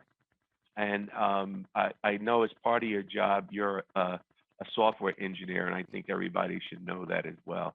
Plus a singer, you've been on a bunch of interviews, and I think you're a terrific, successful role model for all of us. Thank you so much, Jim. That means so much to me. I'm so honored to be here. My answer starts with that inclusion begins at the front door, or as Tom said in the previous panel, belonging. And this enforcement starts at the front door. I recall during my interview process, my professional career, having instances where I would be in the lobby about to announce to the front desk that I'm here for an interview, of course, dressed in suit. And I can see a staff member come from the floors and say, "Are you lost? You must be looking for the commercial break. You must not be in the right place." And another instance where after many months of interviewing, well into the interview rounds, meeting with one of the managers I would be working with, encountering a situation where after we went past the moment of him realizing that because I'm in a power wheelchair and I express that I cannot lift my hand to shake his, and then I get right past that because I'm used to getting past awkward situations like that and just saying, "I'm so excited to be here and finally meet you." He incredulously responded with, "Can you even type on a computer?" And later I learned, wow, he had my resume under his arm of all my skills, accolades, experience, and talent. So that put mental notes in my head. I'm interviewing too. A lot of people with disabilities looking for a job are interviewing as well to find out, well, if at the forefront getting into this organization, I recognize that the disability inclusion factor expressed on the career website is only on paper and not really exercised because I don't even have this manager believing in me. That speaks volumes. So I think it was mentioned a couple of times that a top-down approach, having managers drive a culture change, that's something that I would also suggest as a strategy. Having that backing for myself once I am starting to work and ongoing is very important because I'm always focused on trying to prove myself beyond my disability, that I am able. Imagine I'm doing that, and then I want to ask for an accommodation that I need so I can do my best. And then on top of that, I know that I might need to ask for more in the future. It's not set in stone that when I onboard to an organization, that's all I'm gonna need and I'm good, done. So it's very good for there to be a proactive mindset on both sides, and it's very effective from the top down. My physical weakness deteriorates, and I've had instances where I've had to change which assistive technology I need. How nice it is when a firm can also have that conversation with me and maybe even be proactive to say, I've discovered that there's this new tool or this new tangible item that might help you. And so that's another thing that I suggest. Another thing that can happen is the dynamic of my team might change. And especially during the pandemic, I already know how to work from home, and I pace myself so that during the time that people are usually commuting, that's the time, let's say that I have the breaks that I need, and then I make up the time in off hours. But when people that don't usually work from home find that they are working extra hours, now they are around the clock online and not used to the times that I am not online, because those are the times I usually have a break. Those are things that have changed as well. So having that recognition and being able to have that conversation with management is really, really helpful. On the music front, thank you for mentioning that. At the front door, also, music venues, literally, sometimes they're not accessible, and I'm supposed to perform there. That happened at my college, where I could not perform in my choir. That happened at music venues. And that's why another thing I suggest is promoting that two-way conversation, because in the music front, I am also a part of an organization called RAMT, Recording Academy for Music Professionals with a Disability. And that is the Recording Academy resource, the ones that host the Grammys. So they're turning to us to find out how can we help with suggestions for their inclusion rider. So in summary, yes, I really do think that the strategy is top down, starts at the front door, and must be ongoing. Thank you for that. And I know I had just gotten to the bank before you did, and I've watched your progress. I think you've done a terrific job and a great representative for the bank. And continue to feed me things that you see that we can improve and move forward, because that's the only way I think we'll get as far as we need to get, and make and just make companies like Jpmorgan Chase more receptive to people with disabilities, because they're qualified to work here. So thank you very much for that. Thank you so much. Okay, thank you. Luciano, the reasonable accommodation is key to removing workplace barriers to ensure full inclusion and participation of persons with disabilities. What are some good practices for providing effective accommodations for persons with disabilities in the workplace? If you could take a stab at that, I'd appreciate it. Thank you, Jim. Thank you all for inviting me to this event. First of all, I'm Luciano. I have brown hair, dark brown eyes. I'm wearing round blue glasses and a white shirt, and I'm wrapped in a single-breasted navy blazer with a colorful pochette. Welcome to everyone. So first of all, let me allow you to tell you something. Just right now, as we speak, UNFPA is just launching its first ever UNFPA disability strategy that is in line with the disability strategy initiative from the UN. And it's called We Matter, We Belong, We Decide, because we want to put the person first, as always.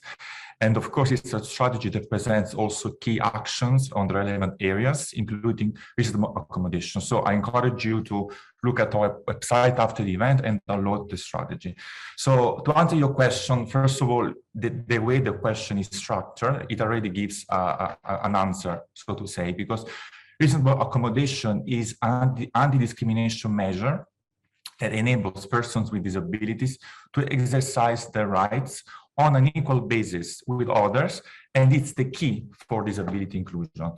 Of course, at UNFPA, we understand reasonable accommodation that is a measure that, one, benefits specific individuals, two, may modify or complement standard policies and services, three, may be provided in specific circumstances, and four, may be offered immediately as needed.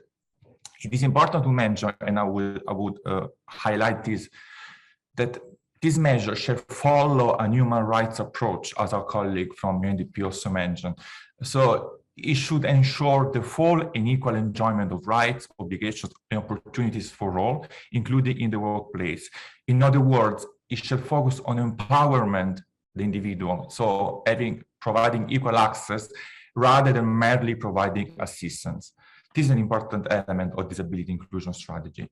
And of course, it is something that is relevant to all contexts. So travel, meetings, events, office workspace, transportation, all elements of a life cycle. And this is the definition that is very much aligned with the Convention on the Rights of Persons with Disability, the CRPD, and also, of course, follows the recommendation and definitions of the UN Disability Inclusion Strategy, of which we had also a glimpse from the introductory video of Secretary General. So UNFPA has been taking different measures concerning reasonable accommodation. As I said, the UNDIS, Disability Inclusion Strategy, offers all UN agencies and beyond, because we give guidance to everyone ultimately, great tools and advice on how to strengthen system-wide accessibility for persons with disabilities and how to mainstream their rights in all that we do. So the strategy provides an accountability framework with key areas and indicators to report on. Among these criteria and indicators, reasonable accommodation is one of them. And it's part of the inclusiveness pillar. So as you can see, they're all important elements to consider. And this specific pillar calls for actions aiming at guaranteeing the active involvement and participation of persons with disabilities in the workforce, as well as in all activities implemented, which of course includes also career development, as I said.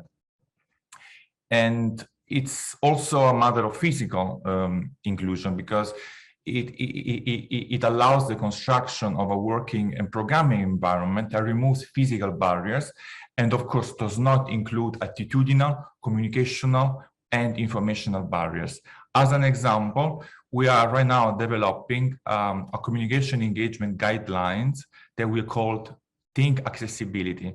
And it's a document that provides useful tips and tools on how to conduct inclusive meetings, for example, and how to make information, minutes, and materials available to all, including persons with disability of all kinds. And as part of these guidelines, for example, we have already implemented on our website an accessibility feature, which you can see, again, if you go on our website, available on each page, allowing persons with different visual impairments to completely and fully access every single page of our website. So I don't want to take too much time. So in conclusion, reasonable accommodation is also mentioned in our policy on employment of persons with disabilities, which states, among other things, that our organization will provide persons with disabilities with reasonable accommodation to ensure to make sure that they enjoy equal privileges and benefits on the job as others, including training, career, and development opportunities. In addition, UNFPA has a fund in place to ensure reasonable accommodation is available to persons with disabilities. So Luciano, I got to ask you a question though too. Do you have a centralized group of people that does this, or is it decentralized? At my bank, we have a centralized team that handles accommodations worldwide. So they all come into one place. They look at the request and then they push it back out. So how does it work at the UN? Is it similar to that? So the reasonable accommodation is a request that when a staff member comes on board and requests a special accommodation, they submit their request to HR, of course, with any sort of supporting documents from the medical unit, and HR in consultation with the medical unit, if needed, the manager and the facility people will look at this request and provide reasonable accommodation. Of course, there are different requests. Every request is different because there are some people who have a physical visible disability, some other have an invisible disability, and of course that have to take into account individually. And of course, on top of that, as I mentioned, there's also a budget for that has been recently increased, and it's constantly monitored every year in order to adjust and increase if need be. And that's what we did too with our lines of businesses. The funds were held at the top so that there wouldn't be any, struggles with, who's going to pay for it. So that's brilliant. That's brilliant. Well, thank you very much. I'll move on to the next as we're trying to meet the time bell here. Shirin, the COVID-19 pandemic highlighted the importance of mental health. What are recommendations to staff for protecting their mental health and well-being, as well as privacy, as we slowly return to work? Thanks, Jim. Hi, everyone. This is Shireen. I am a woman with dark brown eyes and dark brown curly hair. I'm wearing a black shirt with yellow and red embroidery and a black jacket. So to answer your question, Jim, mental health has been called the pandemic closely following the COVID pandemic. Most of us have been affected in one way or another. For employees with disabilities, it is even more so due to the barriers and discrimination they face on a daily basis. I know myself, I have had increases in anxious and depressive feelings this year. They have impacted my daily life and my work as well. I am lucky, however, because I work in the field of disability, so it's easier for me to disclose the challenges I have and ask for accommodations, but that's not the case for everyone in the UN. I wanted to share with you all some data I received from colleagues in UNICEF Jordan. They did a study with their employees on mental health and discovered that 2/3 of the team there are not sleeping well. 1/3 sought out psychological support for anxiety and depression. 1/3 are taking medication. And though most believe very strongly in the mandates of UNICEF and that our work has impact, many are burnt out and fatigued as a result of the pandemic.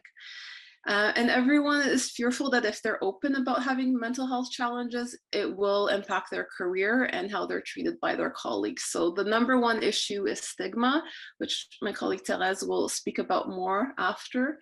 That's the main thing that we need to address. We have at UNICEF a network of employees with psychosocial disabilities who shared some thoughts with me today related to your questions. What they said is that we need to make the types of accommodations available for persons with mental health challenges more well-known and more offered across the UN.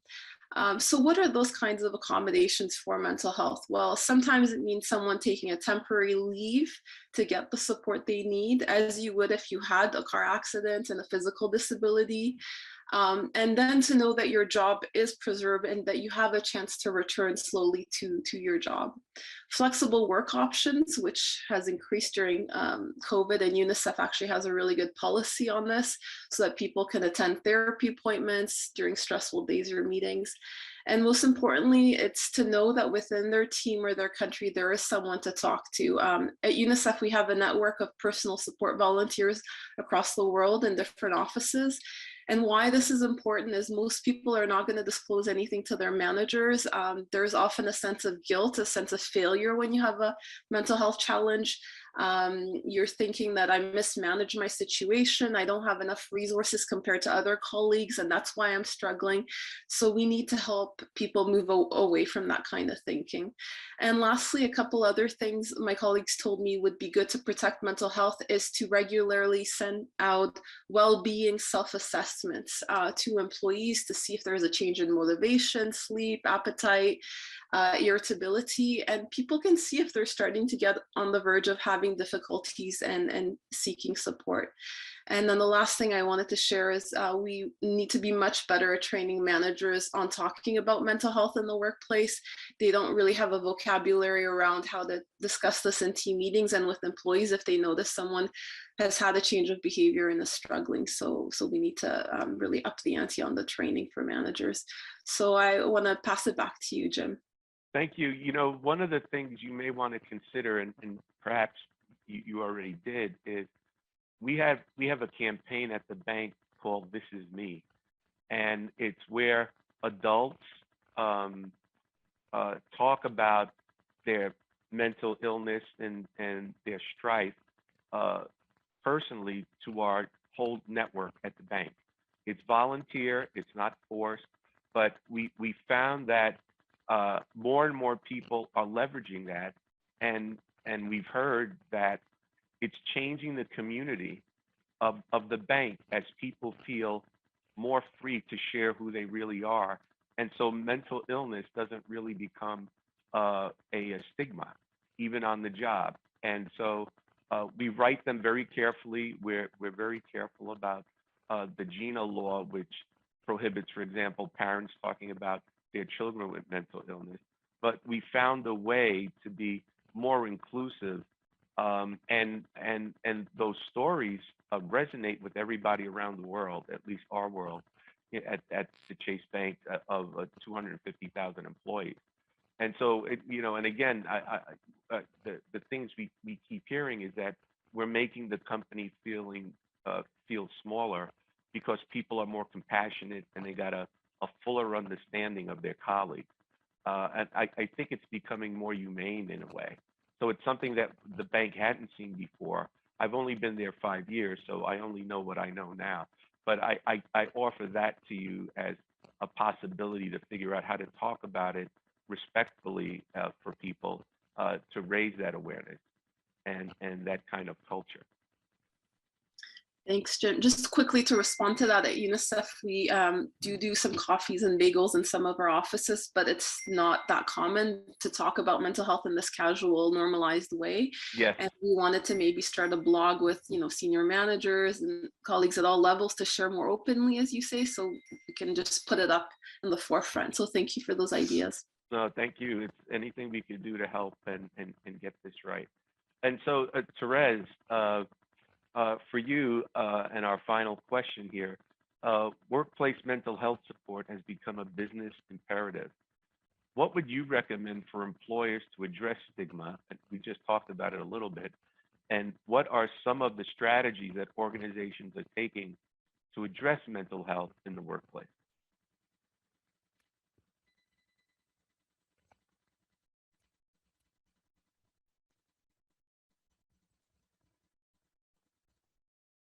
And we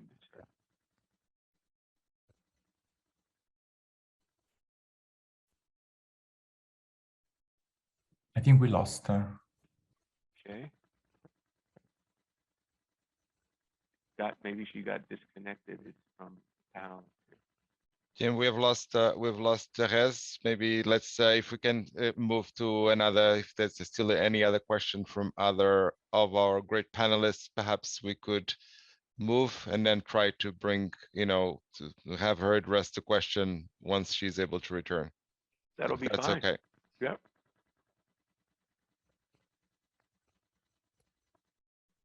There she is, Therese. I'm so sorry. Just as we were coming on, I got chucked out of the meeting, so my apologies. Oh, thank you. Amazing timing. Drama is great. This is great. You kept us in suspense. Thank you. I'm now completely calm and ready to talk. Thank you for having me here today. It's an absolute honor. So my name's Therese Fitzpatrick. I'm female. I've got short dark hair. I'm wearing purple glasses, and I'm wearing a white pattern scarf this morning. So we know that the pandemic has had a significant impact on mental health and well-being, and we know that that's actually impacted on all of us. So there are some advantages, I think, in the sense that we have gotten better at being aware of mental health and well-being for all of us, and we've all had to take action to ensure we're looking after our own mental health and well-being at this time. At the same time, we know that there's been a lot of negative impacts for everybody, and we've done a number of surveys across the UN that's really shown this. We also, I think, need to be really mindful that for people who had a pre-existing mental health condition, that there are additional stresses, isolation, difficulty accessing mental health care, that we really need to consider how can we make sure that they are able to receive the support that they need, and that we're making appropriate accommodations around that. When we're talking about mental health and well-being, we absolutely need a comprehensive approach. So we've talked a little bit about stigma, and I'll talk about a few things we can do in relation to that. But we also need to be thinking about prevention, ensuring we've got support for personnel experiencing a mental health condition, and ensuring that we are considering issues around stigma and discrimination. The UN launched a workplace mental health and wellbeing strategy in 2018. So we just started some work around that before the pandemic hit. And as you can imagine, it's significantly changed the focus and the work that we're doing in that area. So if we think about stigma first, we've heard a little bit about what we can do at an individual level, but changing stigma and discrimination really requires a system-wide workplace approach. So we the first thing I always say is we need to hear people's stories, and events like this are really important. We run a whole range of events for World Mental Health Month. We've got people's stories in those events on our website, and we can share the details of that. But we really need to be able to normalize and understand that there are so many people who are experiencing a mental health condition, and there is no shame in that. We need to be really mindful in organizations of language, and I know I still hear it all the time. I know I need to be mindful of it myself, but we need to be prepared to call out the inappropriate language that we hear when people are talking about mental health and well-being, and ensure everybody from leaders down know what that is and know that how they should be talking about this. One of the other key thing is that making sure we're thinking about this at a systemic level. So ensuring our policies do not create additional discrimination, ensuring we don't have assumptions that people experiencing a mental health condition aren't appropriate for hiring or promotion. And we've heard obviously other stories about that this morning for people with other disabilities. And the key, and I think you noted this earlier, Jim, is around training for leaders and managers to make sure that they understand, how to support somebody with a mental health condition, how to ensure that they are doing all that they can to reduce stigma and discrimination, and also to make sure that they're looking at prevention within their purview. And we'll share the links to some of the resources that we've developed. We've got podcasts, we've got fact sheets, and for people within the UN system, we've recently launched some training, online learning training for leaders and managers that focus on reducing stigma, looking after their own health and well-being, and supporting a staff member. Finally, I'd just like to talk about prevention. So the other part of the question is around what are organisations doing? And so organisations that are really creating changes are looking at all of these levels, supporting personnel, reducing stigma, but also thinking about what can we do to reduce the risk of poor mental health from the way that we work. So flexible working conditions are absolutely imperative. And part of that is also thinking about how do we give people a level of control over the work, the way that we have that flexibility. So for some people, that may mean that they can choose which days they work in the office. It may be around controlling the way that they have their work day. If mornings are really difficult, how can they organise their work so that they're working in different parts of the day or having breaks when they need to? We know that obviously there has been so many challenges as we've moved into working more at home to have that balance and the harmony between work and life. So how do we ensure that people don't feel that they need to work 24 hours a day, 7 days a week? I know we're really good in my department at not having emails sent over the weekend or not having an expectation that people unnecessarily work in different ways. And again, for this, leadership is absolutely imperative. We need to create these changes from the top. We need to think about how are we setting up our workplaces so they support everybody, and paying particular focus on for people who are experiencing additional challenges, whether that be through a mental health condition, through another disability, or from other life circumstances that they have. Which, as I said, we've got a range of resources available to the public. Encourage you all to have a look at those, and thank you for having me here today. No, I think the litany of things that you mentioned is been a journey, even for us at the bank. And you know, instead of a negative experience, I think we found a more inclusive experience as people get to understand this. You know, we're normalizing this. It's you know, before it was whispers in a doctor's office, and you know, you're ashamed to go out and talk about it with someone else. And I think from what I'm hearing you saying, and what we're trying to do is, it should not be something that's shamed, but something that should be embraced. And I think people get through it very well when it's normalized. So I applaud you for that work. So thank you very much. I think we've wrapped up our portion of this, so I'll turn it back over to the moderator, the host. Thank you, Jim. And again, big round of applause and huge thanks to you for the amazing work facilitating the discussions, and also huge word of thanks to our incredible panelists, Elaine, Tavita, Laiki, Shireen, Luciano, and Therese for sharing your perspectives. I think it was really, really powerful for all of us to learn from these discussions on what steps organizations can take to ensure a safe return to the office for persons with disabilities, and as well as to what steps that can be taken to support the recruitment and retention of persons with disabilities in the workforce. So thanks again.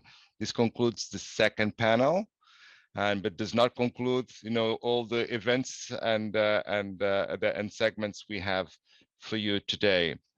I would now like to invite Madame Marta Elena Lopez, the Assistant Secretary General for Human Resources at the UN, and she will bring the first two panel discussions to a closure before we start the third segment of our event today. Marta Elena, over to you. Thank you, Miguel, and good morning, good afternoon, and good evening. I have glasses, and today I have a red dress, and I have brown eyes.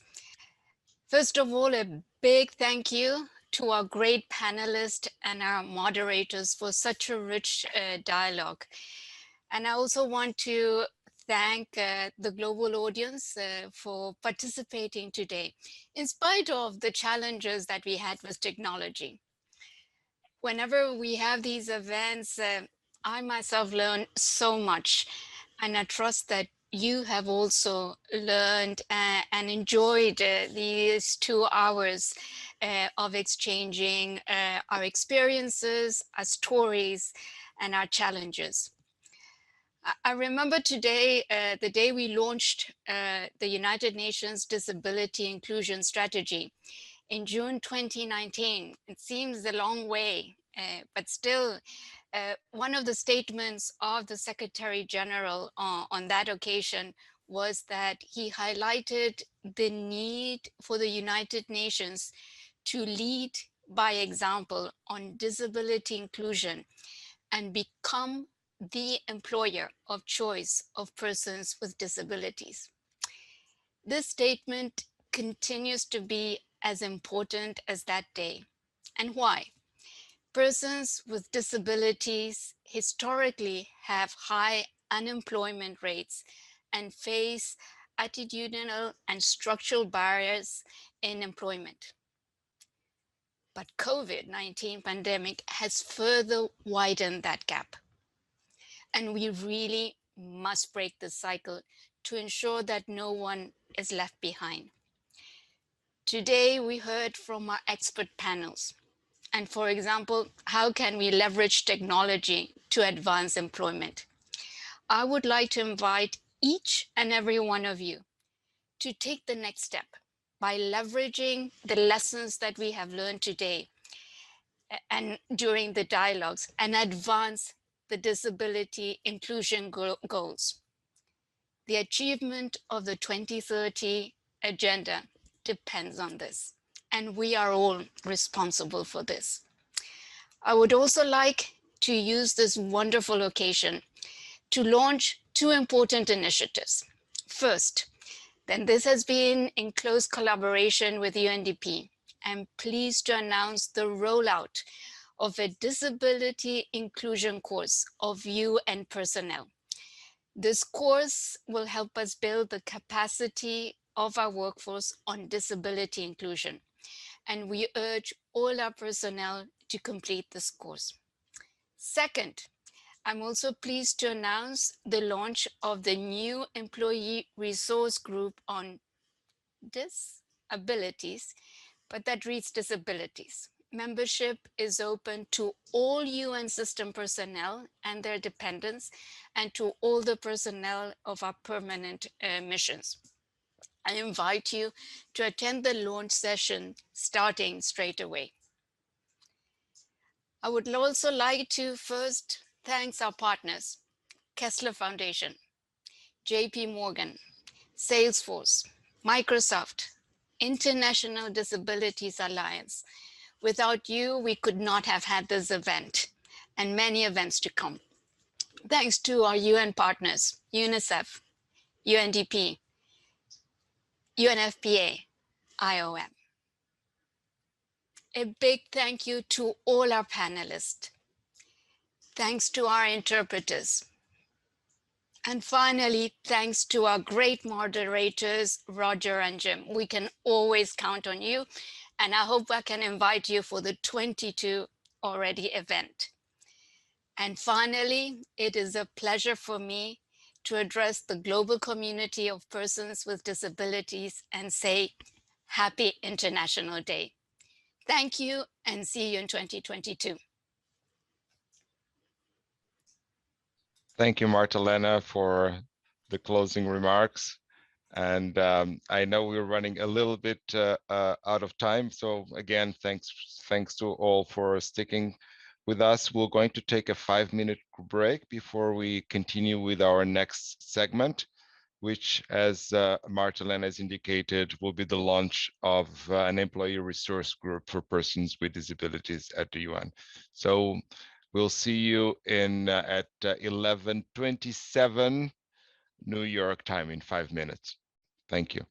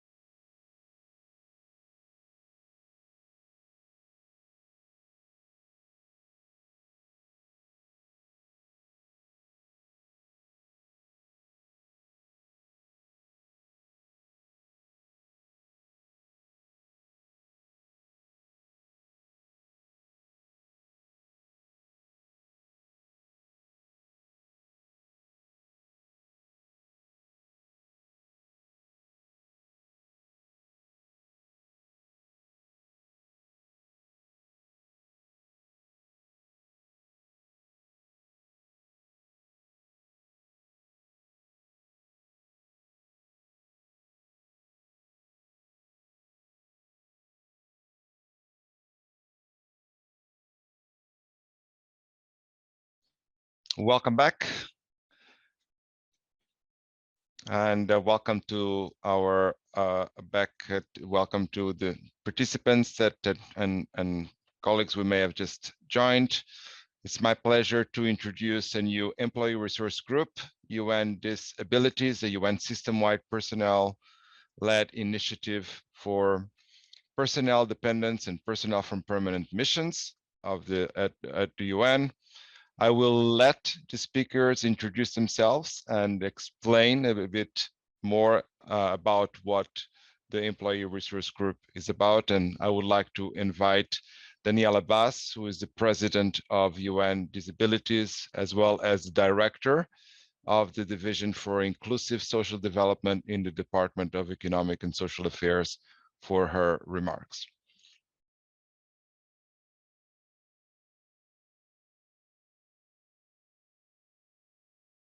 Hello, everyone from Dubai, celebrating the 3rd of December, the International Day of Persons. Share briefly with you what is UN Disabilities. Well, already by the title, you understand that we want to bring the abilities to the United Nations. What is this? UN Disabilities, capital letters? Well, it is a self-help group and of persons with the disabilities or with a staff member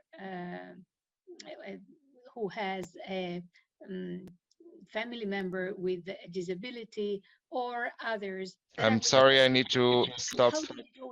If it's okay, Danielle, I'm sorry. I understand the interpretation is again not being able to be seen. Could I just get Sue's help to see if we can address that, and if we could restart once that's available? Apologies.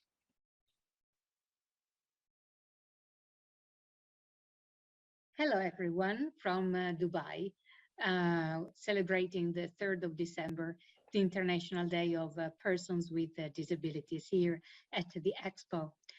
Let me share briefly with you what is UN Disabilities. Well, already by the title, you understand that we want to bring the abilities to the United Nations. What is this?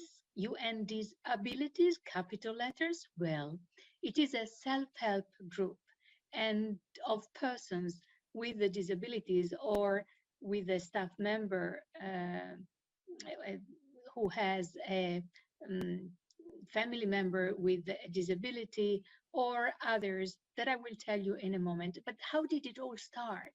Well, I recall one day a few years ago, it was, I think, back to about 3 years ago, I met with the representative of a permanent mission, and we were talking about the importance of making the United Nations organization more and more accessible, not only in terms of architectural barriers, but from a cultural viewpoint. And so we thought that while sipping our cup of coffee, we thought that we really had to create something to support the United Nations system to be in an inclusive, non-discriminatory, and accessible environment for all UN personnel, delegates, and other stakeholders with the disabilities or disabling conditions, or those who support family members with the disabilities, what we call stakeholders. And we thought, why do not we create a simple questionnaire? And we were very lucky because the staff union helped us to circulate it globally to the whole UN family and permanent missions and see what the responses are when it comes to issues related to employment, human resources practices, access to UN premises, official meetings, documents, including events and communication materials, and much more. Of course, insurance, how staff members who have a family member with a disability see the future of their family member, particularly if there are children, if it was easy to access education, tons of questions related to quality of life within the UN system, but also outside the UN system?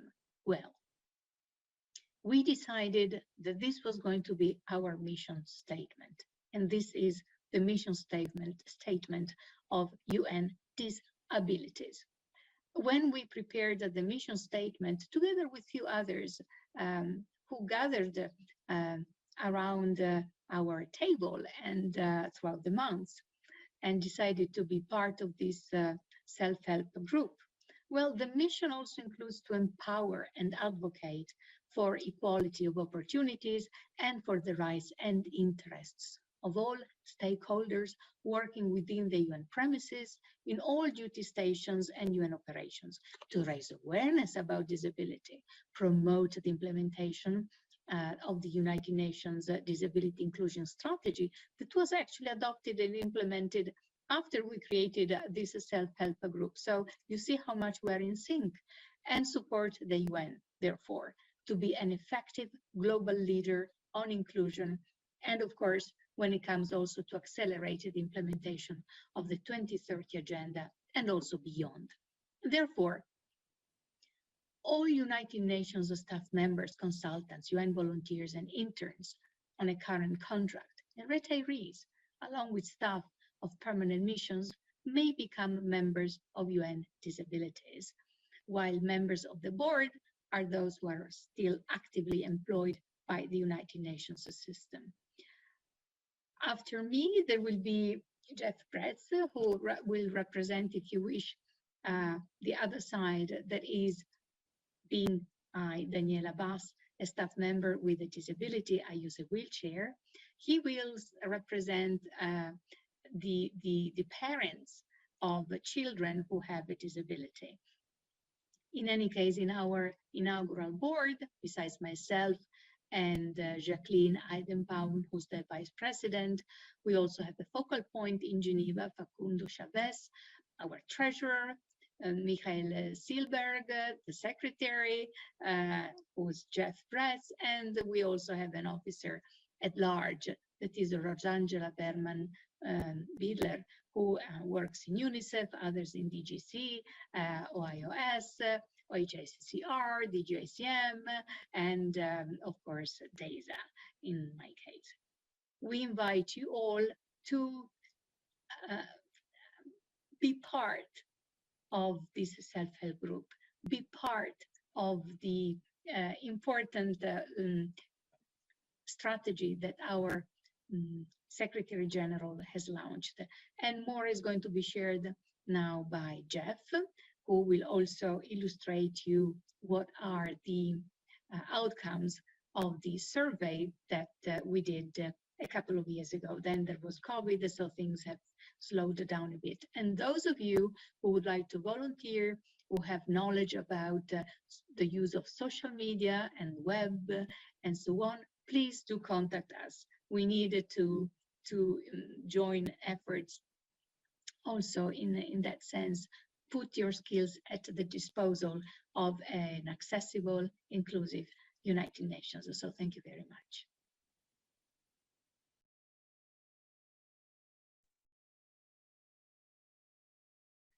Thank you, and I think it's over to you, Jeff. Thank you so much. Thank you to the organizer. Thank you, Miguel. Thank you to the organizers, to HR. The previous speakers have all been just tremendous.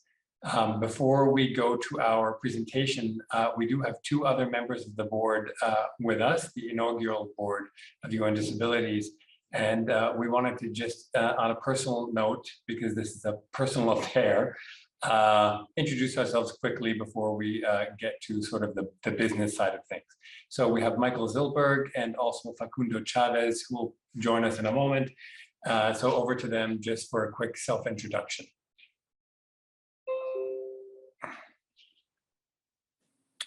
Good day, Jeff. Good day, everybody. As was mentioned by Jeff and Daniela, we are forming or have formed a support group for employees who are interested in disability matters, whether by experiencing personal disabilities or being family members with disabilities who need support. I am Michael Zilberg. I work for OIOS. I have been with the organization for more than 30 years by now. And I am interested in promoting the rights and potential of people with disabilities within and around the UN system. Thank you and a good day to everybody. Thank you, Michael. My name is Facundo Chavez. I'm the Human Rights and Disability Advisor for UN Human Rights in Geneva. I'm a person with disability myself and will be the focal point for UN Disabilities in Geneva. Thank you very much. Thank you, Facundo. Thank you, Michael. Now it's back to me. My name is Jeff Brez. I hesitated to also add that I'm a white male in my 50s. You can't tell on Zoom, but I'm pretty tall, 193 centimeters. And I'm wearing for this special occasion, I'm wearing a blue blazer. It's been a long time since I've worn a blazer and a tie and sort of a pinkish shirt. And I'm really thrilled to be here. I'm also the daddy of an incredible boy with multiple disabilities. He's extremely determined and he's the reason that I am a part of this group. You know, we undertook sort of at the beginning of all this, we undertook a staff survey with the support of many people, and we'd like to present those, basically the outcomes of the survey to you. So we developed this survey. It was developed by UN and permanent mission staff. All of it, the questions and the back end and how to make, the sample and the questions and the data really useful. It was open from the 2nd of February 2018 to the 21st of April 2018. It was distributed worldwide with support from UN staff, also permanent missions and the staff union. And I have to say a big thank you to everyone that helped us disseminate it so widely. In particular, the staff union, we're really grateful. We received over 2,000 responses, including from 29 UN entities, more than 10 peacekeeping and political missions, and 64 permanent missions. There were 115 responses. And those responses, out of the 2,000, 198 were from persons who report that they have a disability themselves, and 479 were from persons who have a family member or dependent with a disability. Next slide. So the survey covered attitudes and perceptions, types of disabilities, main concerns of staff, a draft statement for UN disabilities, a mission statement for which we requested feedback, and also demographics. Next. So I'm not going to go through every single thing that we learned, but here are the highlights. So one question or statement that we asked for feedback on was, are disability issues adequately addressed at the UN? So the statement is that disability issues are adequately addressed at the UN. And if you look at the sample of all respondents, 19% fully agree, sorry, we're going to go clockwise around this pie chart. 28% somewhat agree, 23% somewhat disagree, and 13% fully disagree that disability issues are adequately addressed at the UN. Now, on the right, we have a subgroup of the respondents with a disability and also respondents with a family member with a disability. And, the responses are a little bit different, but actually quite similar, but obviously a little different. So we don't have the actual numbers inside these pie charts, but you can see, and I will explain that, respondents with a disability respond similarly, but with higher percentages of disagreement. So about the same number fully agree, a little less maybe, that disability issues are adequately addressed. A smaller number somewhat agree, and clearly larger numbers are going to disagree that disability issues are adequately addressed, and again, a larger number fully disagree. And similar for respondents with a family member with disability. But I think the interesting thing about this slide is that generally there's not too much of a difference whether you have a disability or you have a family member with disability or you were an interested supporter. There's not a big difference in these responses. Over. Next slide.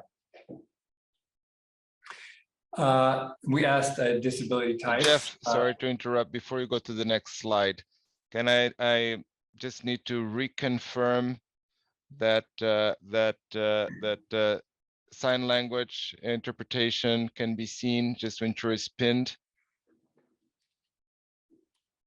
Yeah. If Sue can confirm, and then I will hand back to you, Jeff, with No worries. apologies and thanks.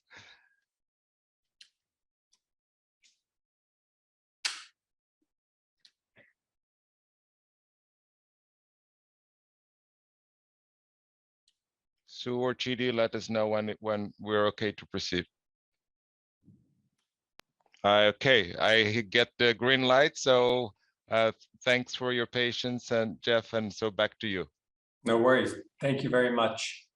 So next, types of disabilities. So this is with staff with disabilities, identify themselves, and of course you could have more than one response, but physical disabilities were 59%, sensory 21%, and cognitive 13%, and 33% other. That's what this bar chart shows. Next slide, please. And then family member, a staff with a family member dependent with disabilities. This bar chart shows that among these staff, 47% reported a cognitive disability, 46% a physical disability, 25% a sensory disability, and 34% some other kind of disability. Next. So what are the main concerns of staff with disabilities? This bar chart shows that 56% of staff with disabilities reported that career advancement opportunities are their main concern. We gave several options, and respondents were able to choose up to 3. So the top with 56% was career advancement opportunities was a concern. The next concern at 49% was work-life balance. The next concern at 41% was insurance, health insurance. The next one at 40% was the overall ability to fulfill my professional roles and responsibilities. The next concern at 29% was entitlements. Sorry, I skipped one. The next at 32% is reasonable accommodations in the workplace, 29% entitlements, 25% physical access, and 7% other concerns, 17%. Next. And then we have the main concerns of staff with family members with disabilities. The main concern at 61% is work-life balance. The second at 47% is insurance, and I think we're referring to health insurance first and foremost. The next at 44% was entitlements. The next at 42% was career advancement opportunities. The next at 27% was overall ability to fulfill my professional roles and responsibilities. The next at 19% was reasonable accommodations in the workplace. The next at 17% was physical access, and then 18% said other. Next slide. Some other specific concerns that were raised were duty station mobility and travel, stigma, which we are all continuing to learn a lot about, low awareness or sensitivity among staff and management, isolation, low number of UN staff overall with disabilities, and inclusion policies at the United Nations International School, or UNIS. Next. So where are we now? Our inaugural board was created without a vote, obviously, because we have not gotten to that stage, but it is an inaugural board, and obviously a membership drive will be held and a proper election. We have final mission statement and statutes based on the survey feedback and feedback from many others as well. We'll be posting those on a new website soon. And we held our first general meeting actually last month. And now actually what's missing from this slide is now that we are officially announced as the employee resource group of HR for the implementation of the disability inclusion strategy, and we're really thrilled about that, and for the confidence that's placed in us. Next.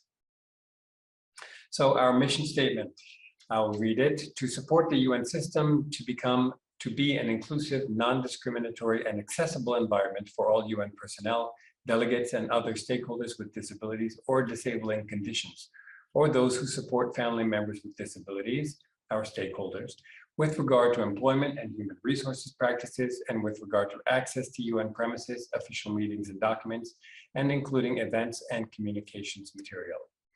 And the second part of the mission statement reads, to empower and advocate for equality of opportunity and for the rights and interests of all stakeholders working within the UN premises in all duty stations and UN operations to raise awareness about disability, to promote the implementation of the United Nations Disability Inclusion Strategy, and support the UN to be an effective global leader on inclusion and the implementation of the 2030 Development Agenda. Next. So again, membership, I think Daniela Bass explained this, but all staff members, consultants, UNV, and interns on a current contract and retirees, along with staff of permanent missions or member state delegates, may become members of UN Disabilities. Next. The board consists of our president, Daniela Bass, vice president, Jackie Aidenbaum, Geneva Focal Point Facundo Chavez, who you met, our treasurer, Michael Zilberg, whom you met, me as the secretary, and an officer at large, who is Rosangela Berman-Beeler from UNICEF. So our next steps, to contact us, we don't have a sign up set up at the moment for membership, but you may feel free to contact us, and please do at un.dis.abilities@gmail.com. We do need volunteers, and I have 2 bullets here, but actually we need 3 volunteers. One is to be our webmaster. It's not a lot of work, but we need someone with a little bit of expertise to help us there. We need someone to run our social media accounts. We do have a Facebook and a Twitter. I'm going to put those in the chat. Please follow us, and we will start being active next year. There are a couple of posts, but you can see it's not been active yet. Next, thank you, Shireen. Thank you so much. Launch our website. That will happen soon so that we can post the statutes and the mission statement and give updates about our meetings and our activities, and advocate through stories. We need to launch our social media, and our next general meeting will be in March. So keep an eye out for that. It will be listed on iSeek, and all of the sort of employee resource groups and staff groups around the UN system on disabilities should probably help us spread the word about that. Next. Is that the last one? Okay, so that's it from us. I'm not sure if I see, I'm going to share now our handles on Twitter and Facebook. Thank you very, very much. So I guess I'm just going to close. And what I'd like to say is, we're here for 3 reasons. We're here to support each other. We're here to advocate for ourselves. And we're here to help the UN to lead in this space. And, we've heard so much, and we've all lived through a lot. And I think that we see a lot of progress, but there's still too many areas where, the rubber is not hitting the road. And so we're here on behalf of staff to let senior management and our partners everywhere know when that rubber is not hitting the road, so that we can all take whatever action we need to do to make sure that progress is actually happening. And we see it happening in our workplace. Thank you so much. Thank you, Jeff, and to you and to all the members of the board, and huge thanks for the presentation and sharing all the information on how colleagues will be able to be participate in the employee resource group. So this concludes our events for today, and I really want to thank again the excellent work, inspiring work of all the moderators, the panelists, all the colleagues that have come and made presentations and provided reflections and on the issues that we've covered today, and also the board members of the Employee Resource Group for the presentation. Huge thanks also to our audience, and thank you for being so patient with us today and sticking and participating in the event. And last but not least, also a big thanks to our interpreters who have helped us make this event more accessible. So thank you, happy International Day, and we hope to see you in another forum. Thanks again. Bye-bye.